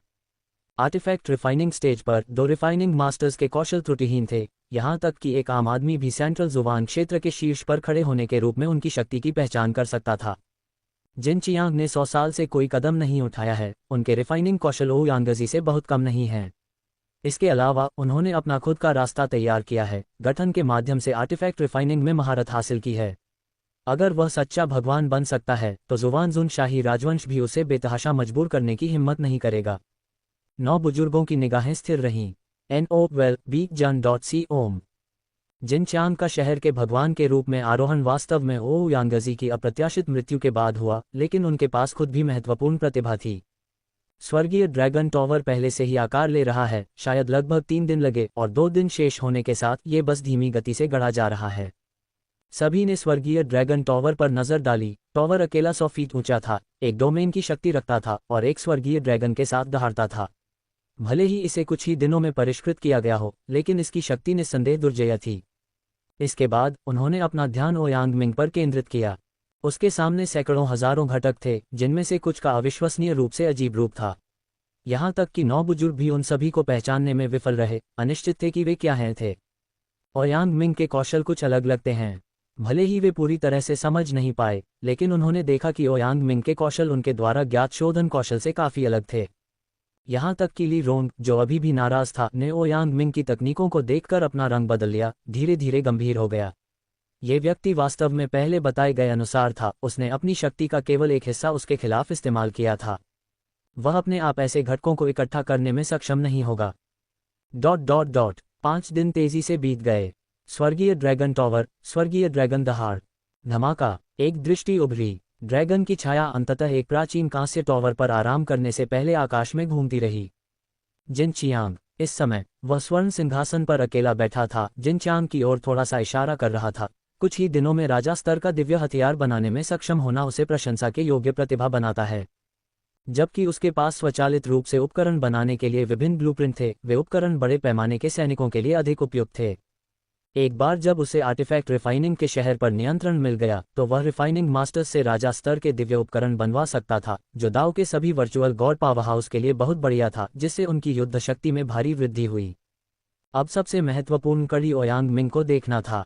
मेरे भतीजे, इस अंतिम दिन के समाप्त होने से पहले कुछ और घंटे हैं, फिर भी आपके द्वारा परिष्कृत किए गए अनगिनत घटक मुझे आश्चर्यचकित करने के लिए पर्याप्त हैं। भले ही आप इस बार मुझसे हार जाएं, 100 साल बाद मुझे डर है कि मैं आपका मुकाबला नहीं कर पाऊंगा। जिनचांग ने ओयांग मिंग को देखा, जिसके सामने अभी भी घटकों का ढेर था। समय पर्याप्त है। ओयांग मिंग बेफिक्र रहा, स्थिति पहले ही तय हो चुकी है। चू युआन ने सूक्ष्मता से कहा। जैसे ही 5वां दिन समाप्त होने वाला था, कई घटकों ने अंततः आकार ले लिया। ओयांग मिंग के हाथ जादू के करतब दिखाने की तरह तेजी से नाचने लगे।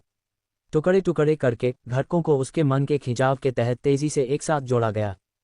एक जहाज। अस्पष्ट आकार को समझने पर जिनचांग ने अपनी भौहें सिकोड़ी। क्या यह एक आकाश युद्धपोत हो सकता है? 5 डोमेन में प्रसिद्ध दावो आकाश युद्धपोत।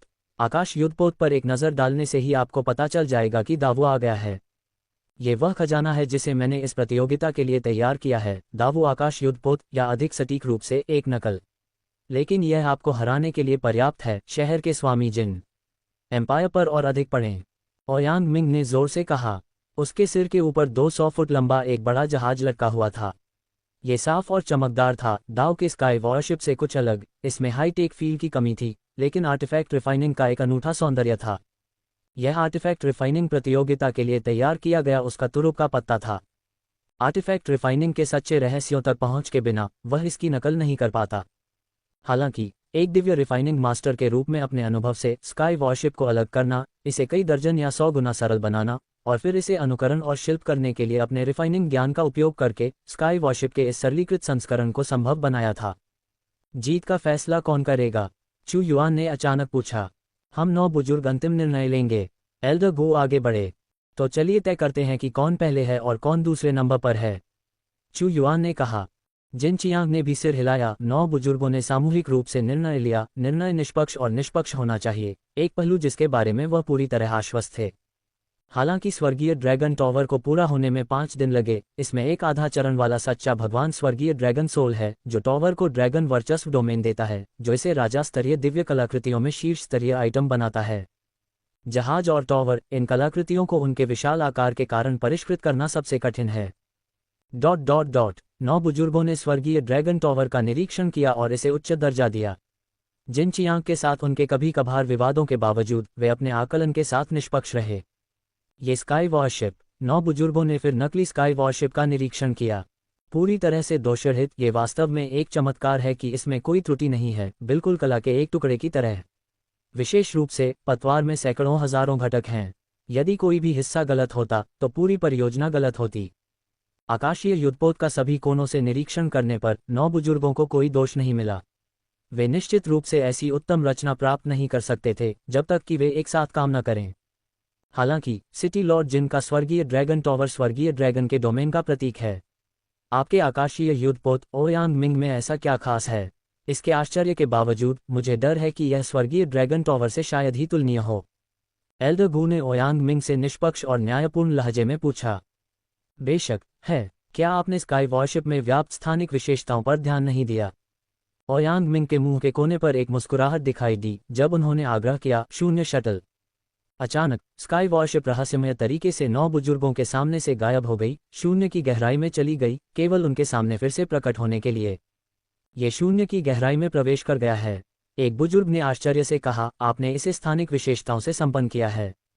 मैंने शोधन प्रक्रिया के दौरान इस पर स्थानिक विशेषताओं को अंकित किया और यहाँ तक कि एक अंतरिक्ष संरचना भी बनाई। ओयांग मिंग ने जवाब दिया। उन्होंने आर्टिफैक्ट रिफाइनिंग के सच्चे रहस्यों में अनगिनत दिव्य शोधन विधियां देखी थीं, जिनमें से कोई भी उन्हें हरा सकती थी। स्थानिक विशेषताएं। ओयांग मिंग, क्या आप हमें अपनी लौ दिखा सकते हैं? एक बुजुर्ग ने पूछा। क्यों नहीं? इस दिव्य ज्वाला को शून्य ज्वाला कहा जाता है, जो महामहिम की सहायता से बनाई गई है। ओयांग मिंग ने अपनी हथेली में कांच जैसी दिव्य ज्वाला जलाई, जो अंतरिक्ष की संपत्ति से जल रही थी। स्थानिक प्रकार की दिव्य ज्वाला। इस ज्वाला को देखकर 9 बुजुर्गों के चेहरे पर नाटकीय परिवर्तन हुए। उसके बाद तीव्र झटका लगा। उन्होंने कहा, यह वास्तव में स्थानिक प्रकार की दिव्य ज्वाला है। इससे बनी कलाकृतियां स्वाभाविक रूप से अंतरिक्ष की शक्ति रखती हैं। ये वास्तव में ईर्ष्या करने योग्य है। उन्होंने जो ज्वालाएं नियंत्रित की, वे शून्य ज्वाला की तुलना में बहुत फीकी थी। उनके पास उनकी तुलना करने के लिए चेहरा भी नहीं था। 9 बुजुर्गों, अब कलाकृति शोधन प्रतियोगिता के विजेता की घोषणा करने का समय आ गया है। चू युआन ने सिर हिलाया। ओयांग मिंग ने वास्तव में उसे बहुत आश्चर्यचकित किया था। हालांकि उसके पास आर्टिफैक्ट रिफाइनिंग का सच्चा रहस्य था, लेकिन यह उसकी प्रतिभा ही थी जिसने उसे इतने कम समय में सार को समझने में सक्षम बनाया। ठीक है। 9 बुजुर्गों ने अपनी दिव्य चेतना के माध्यम से एक दूसरे से संवाद किया, इससे पहले कि उनमें से एक ने घोषणा की। हम 9 लोगों के बीच सर्वसम्मति से परामर्श के बाद ओयांग मिंग को सभी 9 वोट मिले। इसलिए ओयांग मिंग आर्टिफैक्ट रिफाइनिंग प्रतियोगिता का विजेता है और आर्टिफैक्ट रिफाइनिंग शहर का भावी सिटी लॉर्ड है। सभी 9 वोट ओयांग मिंग को मिले। 9 बुजुर्गों की घोषणा सुनकर भीड़ हैरान और चकित रह गई। जिन चियांग को हराया गया था, पूरी तरह से हार गए और उन्हें सिटी लॉर्ड के रूप में अपना पद छोड़ना पड़ा। हालांकि उन्हें नहीं लगा कि कुछ गड़बड़ चल रही थी। कोई मार्शल सम्राट के साथ मिलीभगत कर रहा था, क्योंकि जिन चियांग को एक भी वोट नहीं मिला और जिस कलाकृति को स्वर्गीय ड्रैगन टॉवर से बेहतर तरीके से परिष्कृत किया गया था, वह सब कुछ समझाने के लिए पर्याप्त थी। सिटी लॉर्ड जिन, हालांकि आपका स्वर्गीय ड्रैगन टॉवर भी उत्कृष्ट है, हमारा निर्णय है कि स्वर्गीय ड्रैगन टॉवर को आधे चरण के सच्चे भगवान, स्वर्गीय ड्रैगन की आत्मा से सम्मानित किया गया था, जिसने ड्रैगन की आत्मा का लाभ उठाया। हालांकि ओयांग मिंग ने अपने शोधन की लॉ का उपयोग करके अपनी कलाकृति को एक स्थानिक विशेषता प्रदान की है, गुणवत्ता में अंतर स्पष्ट है। क्या आपको हमारे 9 व्यक्ति निर्णय पर कोई आपत्ति है? बुजुर्गों में से एक ने कहा, यदि कोई आपत्ति नहीं है तो आपको शहर के स्वामी के रूप में आपके पद से हटा दिया जाएगा। मुझे कोई आपत्ति नहीं है। जिन चांग का चेहरा उदास था, हालांकि वह अपने दिल में इसे स्वीकार नहीं कर सकता था। एक निपुण रिफाइनिंग मास्टर के रूप में वह जानता था कि जैसे ही स्काई वॉरशिप ने स्थानिक विशेषताएं दिखाईं, वह पहले से ही उसके स्वर्गीय ड्रैगन टॉवर को पार कर गया था।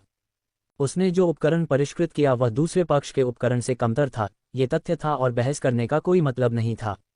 साम्राज्य से अधिक सामग्री का आनंद लें। बहस में बने रहने से उसे और अधिक अपमान ही मिलेगा। ओयांग मिंग जीतता है। शाही राजवंश के आधे चरण वाले सच्चे भगवान और भी अधिक उदास थे। ओयांग मिंग दावू का सदस्य था, जिसका मतलब था कि भविष्य में रिफाइनिंग शहर की कुछ शक्ति दावू पर केंद्रित होगी। यह अच्छी खबर नहीं थी।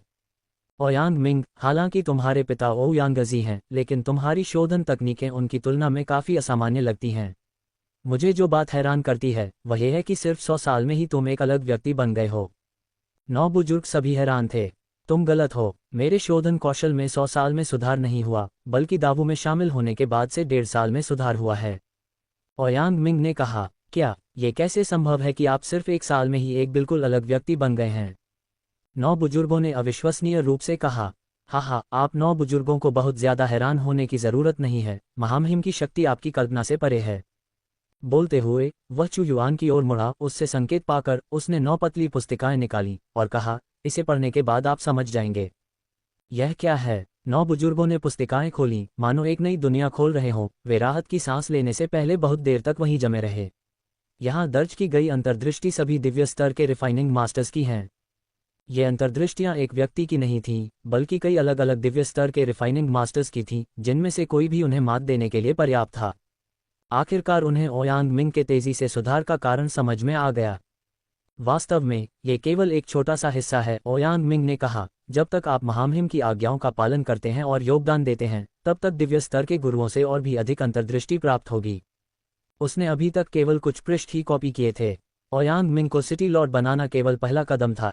इसके बाद उन्हें पूरे रिफाइनिंग सिटी को नियंत्रित करने के लिए 9 बुजुर्गों को पूरी तरह से चू युआन के प्रति वफादार बनाना था। क्या हम इस तरह के प्रलोभन का विरोध कर सकते हैं? 9 बुजुर्ग मूर्ख नहीं थे। वे जानते थे कि ओयांग मिंग का क्या मतलब था, लेकिन वे इस तरह के प्रलोभन का विरोध नहीं कर सकते थे। यदि वे दिव्य स्तर के गुरुओं से इतनी सारी अंतर्दृष्टि का गहन अध्ययन करते हैं, तो वे सच्चे देवताओं के दायरे में प्रवेश करने में भी सक्षम हो सकते हैं। जब कोई सच्चा भगवान बन जाता है, भले ही वह एक कमजोर सच्चा भगवान हो, तो उसका जीवनकाल 100,000 साल का होगा और वह अपनी इच्छानुसार आधे कदम के सच्चे देवताओं को दबा सकता है। स्थिति और शक्ति वह है जिसका हर कोई पीछा करता है ना? हमें जाकर इसकी सूचना महामहिम को देनी चाहिए, शाही राजवंश के लोगों ने कहा। मार्शल सम्राट ली रोंग ने 9 बुजुर्गों के भावों में बदलाव देखा और कहा, क्या आप मुझे भी देखने देंगे? चू युआन ने सिर हिलाया। ओयांग मिंग को पुस्तिका की एक प्रति देने की अनुमति दी। जब ली रोंग ने इसे देखा तो उसकी आंखें नहीं हटीं। वह इसमें तल्लीन था। अंत में उसने आश्चर्यजनक रूप से कहा, मार्शल सम्राट, मैं ली रोंग एक स्वतंत्र साधक हूं, जिसके पीछे कोई स्कूल या संप्रदाय नहीं है। मैं दावू में शामिल होना चाहता हूं, महामहिम की प्रजा बनना चाहता हूं और आपके आदेश पर सेवा करना चाहता हूं। यहां तक कि आधे कदम के सच्चे ईश्वर का अस्तित्व भी निष्ठा की प्रतिज्ञा करने को तैयार है। ली रोंग को स्वेच्छा से दावू में शामिल होते देखना जुवानजुन शाही राजवंश के दुर्जय सदस्यों के चेहरे पर एक तमाचा जैसा लगा। वे भड़क उठे और फटकार लगाए, जुवानजुन को धोखा देने की हिम्मत कैसे हुई? हाँ, मैं अभी आपके साथ इस आर्टिफैक्ट रिफाइनिंग प्रतियोगिता में भाग लेने के लिए सहमत हुआ हूँ। हमारा सौदा खत्म हो गया है। ली रोंग ने व्यंग्य किया, मैं कभी जुवानजुन शाही राजवंश का सदस्य नहीं था। मैं आपको क्यों स्वीकार करूं? आप क्या मूल्य लाते हैं? चू युआन ने कहा। सम्राट अमर रहें। ली रोंग ने अपने घुटने टेक दिए, निष्ठा का प्रदर्शन करते हुए। मुझे आशा है कि महामहिम मुझे दावू में शामिल होने की अनुमति देंगे।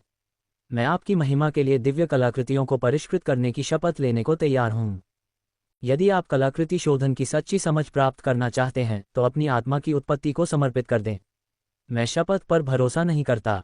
क्या चू युआन वास्तव में एक राक्षसी साधक की शपथ पर भरोसा कर सकता है?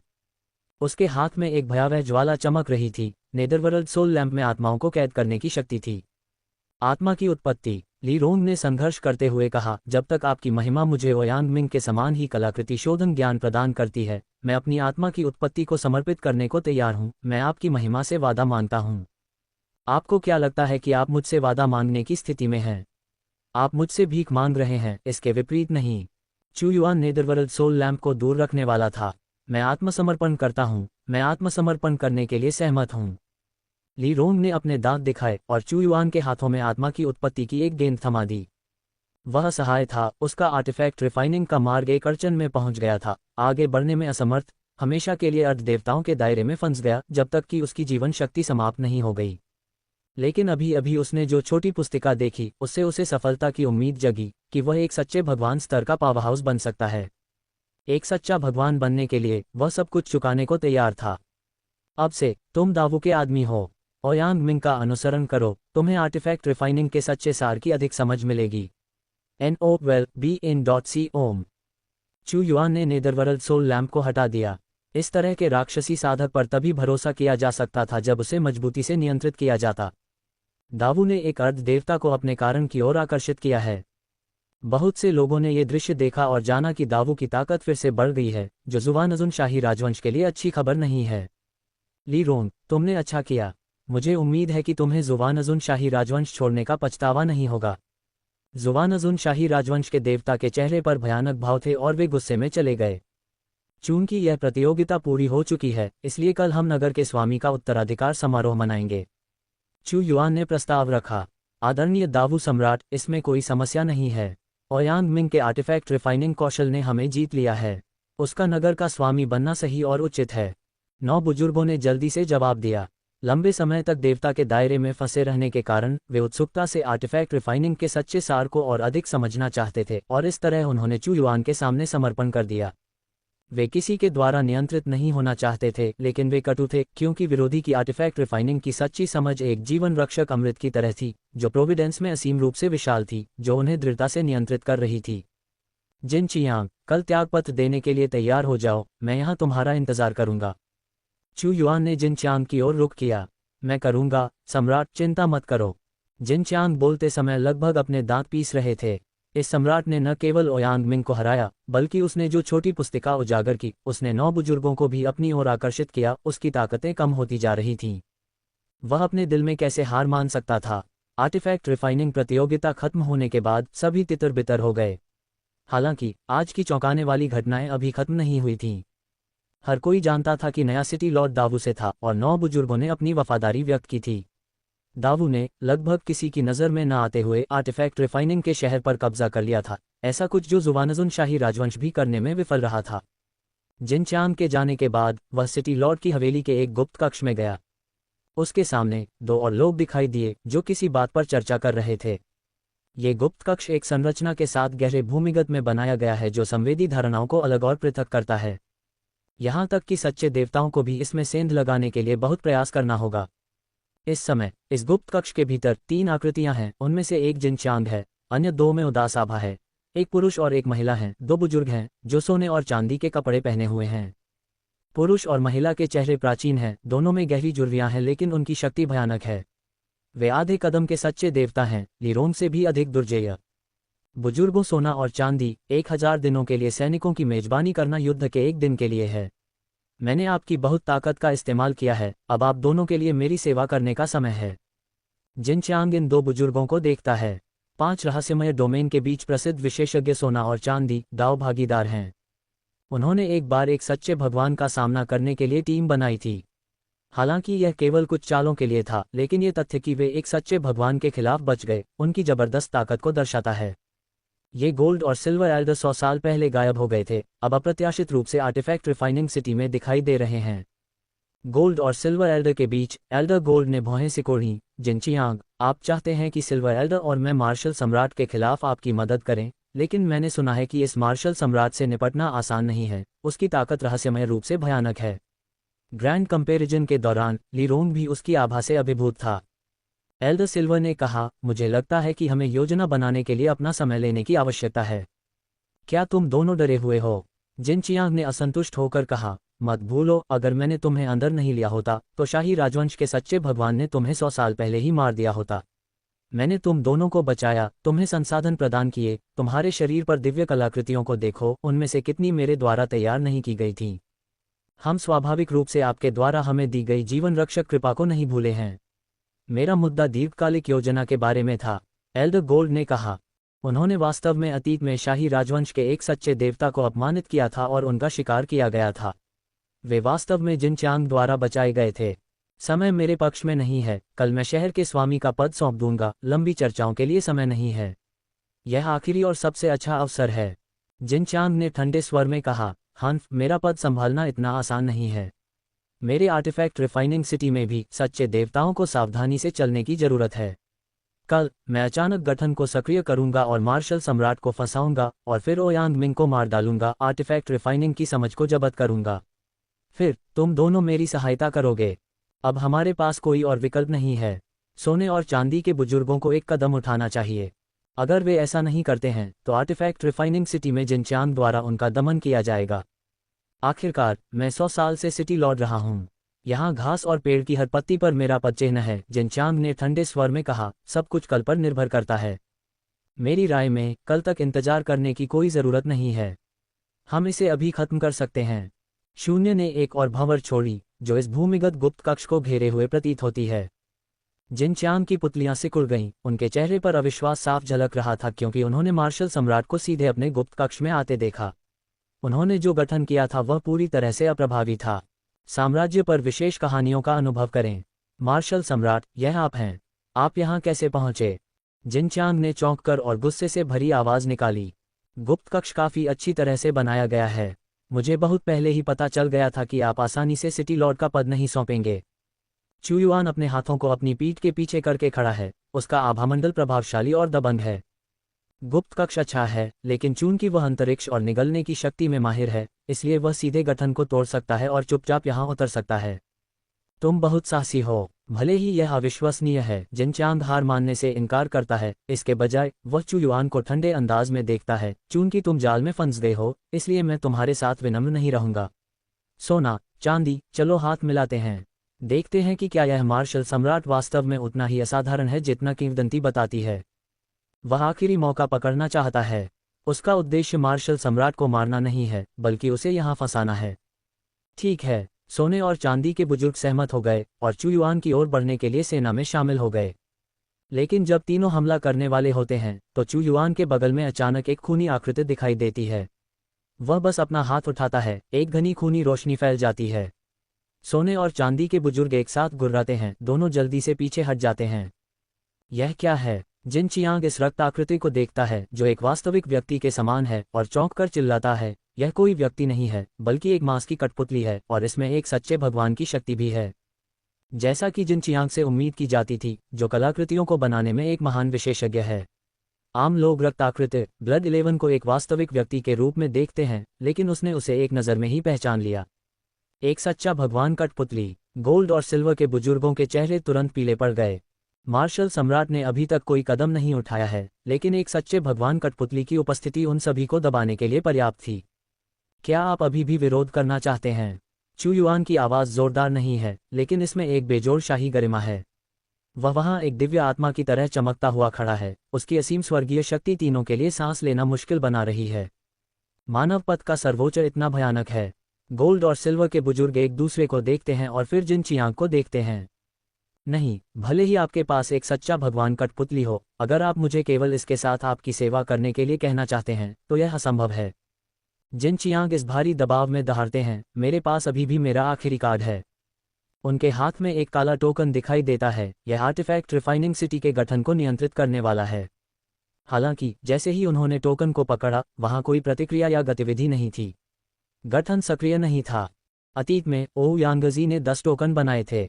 सिटी लॉर्ड ने प्राथमिक टोकन को नियंत्रित किया और 9 महान बुजुर्गों में से प्रत्येक के पास एक था। हालांकि इन व्यक्तिगत टोकन की शक्ति प्राथमिक एक जितनी अधिक नहीं है। जब 9 इकट्ठे होते हैं तो वे प्राथमिक के बराबर होते हैं। इसके अलावा आपके टोकन की शक्ति रद्द कर दी गई है।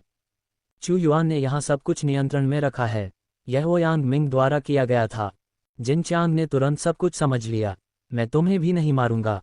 अपनी आत्मा की उत्पत्ति सौंप दो और मैं तुम्हारी जान बख्श सकता हूँ। इसके अलावा मैं तुम्हें साधना संसाधन भी प्रदान करूंगा। एक उदास आत्मा दीपक अशुभ लपटों के साथ जल रहा था, जो एक विशाल आत्मा गिरफ्तार करने वाला हाथ बना रहा था, जो आत्मा को जब्त करने के कार्य को प्रदर्शित करता था। अपनी आत्मा की उत्पत्ति सौंप दो। गोल्ड और सिल्वर के बुजुर्ग पीले पड़ गए। उन्होंने मार्शल सम्राट को देखा, फिर सच्चे भगवान की कठपुतली को। उन्होंने एक दूसरे को देखा। आखिरकार एल्डर गोल्ड ने कहा, महिला, ऐसा लगता है कि हमारे पास अपनी आत्मा की उत्पत्ति को आत्मसमर्पण करने के अलावा कोई और विकल्प नहीं है, अन्यथा हम मर जाएंगे। आधे चरण वाले सच्चे भगवान की साधना करने के बाद कौन मरना चाहेगा? जिन चांग की उग्र निगाहों से बेखबर दोनों ने अपनी आत्मा की उत्पत्ति मार्शल सम्राट को सौंप दी। हम मार्शल सम्राट की सेवा करना चाहते हैं। Elders gold and silver. Gold and silver elders होशियार हैं। वे तुरंत घुटने टेक देते हैं। तुम दोनों ने मुझे धोखा देने की हिम्मत की। जिन चांग गुस्से में दिखे, एक पागल दहाड़ते हुए, मार्शल सम्राट, मुझे अपने साथ मरने के लिए मजबूर मत करो। मैं इस बार हार मानता हूं और शहर के स्वामी का पद सौंपने को तैयार हूं। मैं आपकी सेवा भी कर सकता हूं, लेकिन मैं अपनी आत्मा की उत्पत्ति को छोड़ना स्वीकार नहीं कर सकता। मैं तुम्हें मेरे साथ मरने का विशेषाधिकार देता हूं। चू युआन ने शांति से और गतिहीनता से कहा, ब्लड 11, उसे मार डालो। जैसा कि अपेक्षित था, वह उसकी किसी भी धमकी को स्वीकार नहीं करता। उसकी ताकत तुरंत एक फुटबॉल की तरह कम हो गई। वह जमीन पर गिर गया, एक कड़वी और शक्तिहीन आवाज निकालते हुए, मार्शल सम्राट, आप जीत गए। मैं मरना नहीं चाहता, मुझे मृत्यु का भय है, यहाँ मेरी आत्मा की उत्पत्ति है। उसने अपनी आत्मा की उत्पत्ति सौंप दी। अब वह पूरी तरह से चू युआन के नियंत्रण में है। उदास आत्मा दीपक के अंदर अब 4 आत्मा की उत्पत्ति है, जो 4 मानव चेहरों में बदल रही है। अब जिन चांद ने सोने और चांदी के बुजुर्गों को लाया, लेकिन अंत में ये 2 बुजुर्ग उसके लिए काम करते हैं, जिससे दावू की ताकत बढ़ती है। कल शहर के स्वामी के परिवर्तन के समारोह में मैं एक बड़ी घटना की घोषणा करूंगा। आप तीनों तैयार रहें। चू युआन ने ये वाक्य छोड़ दिया और यहाँ से गायब हो गया। हाँ महाराज।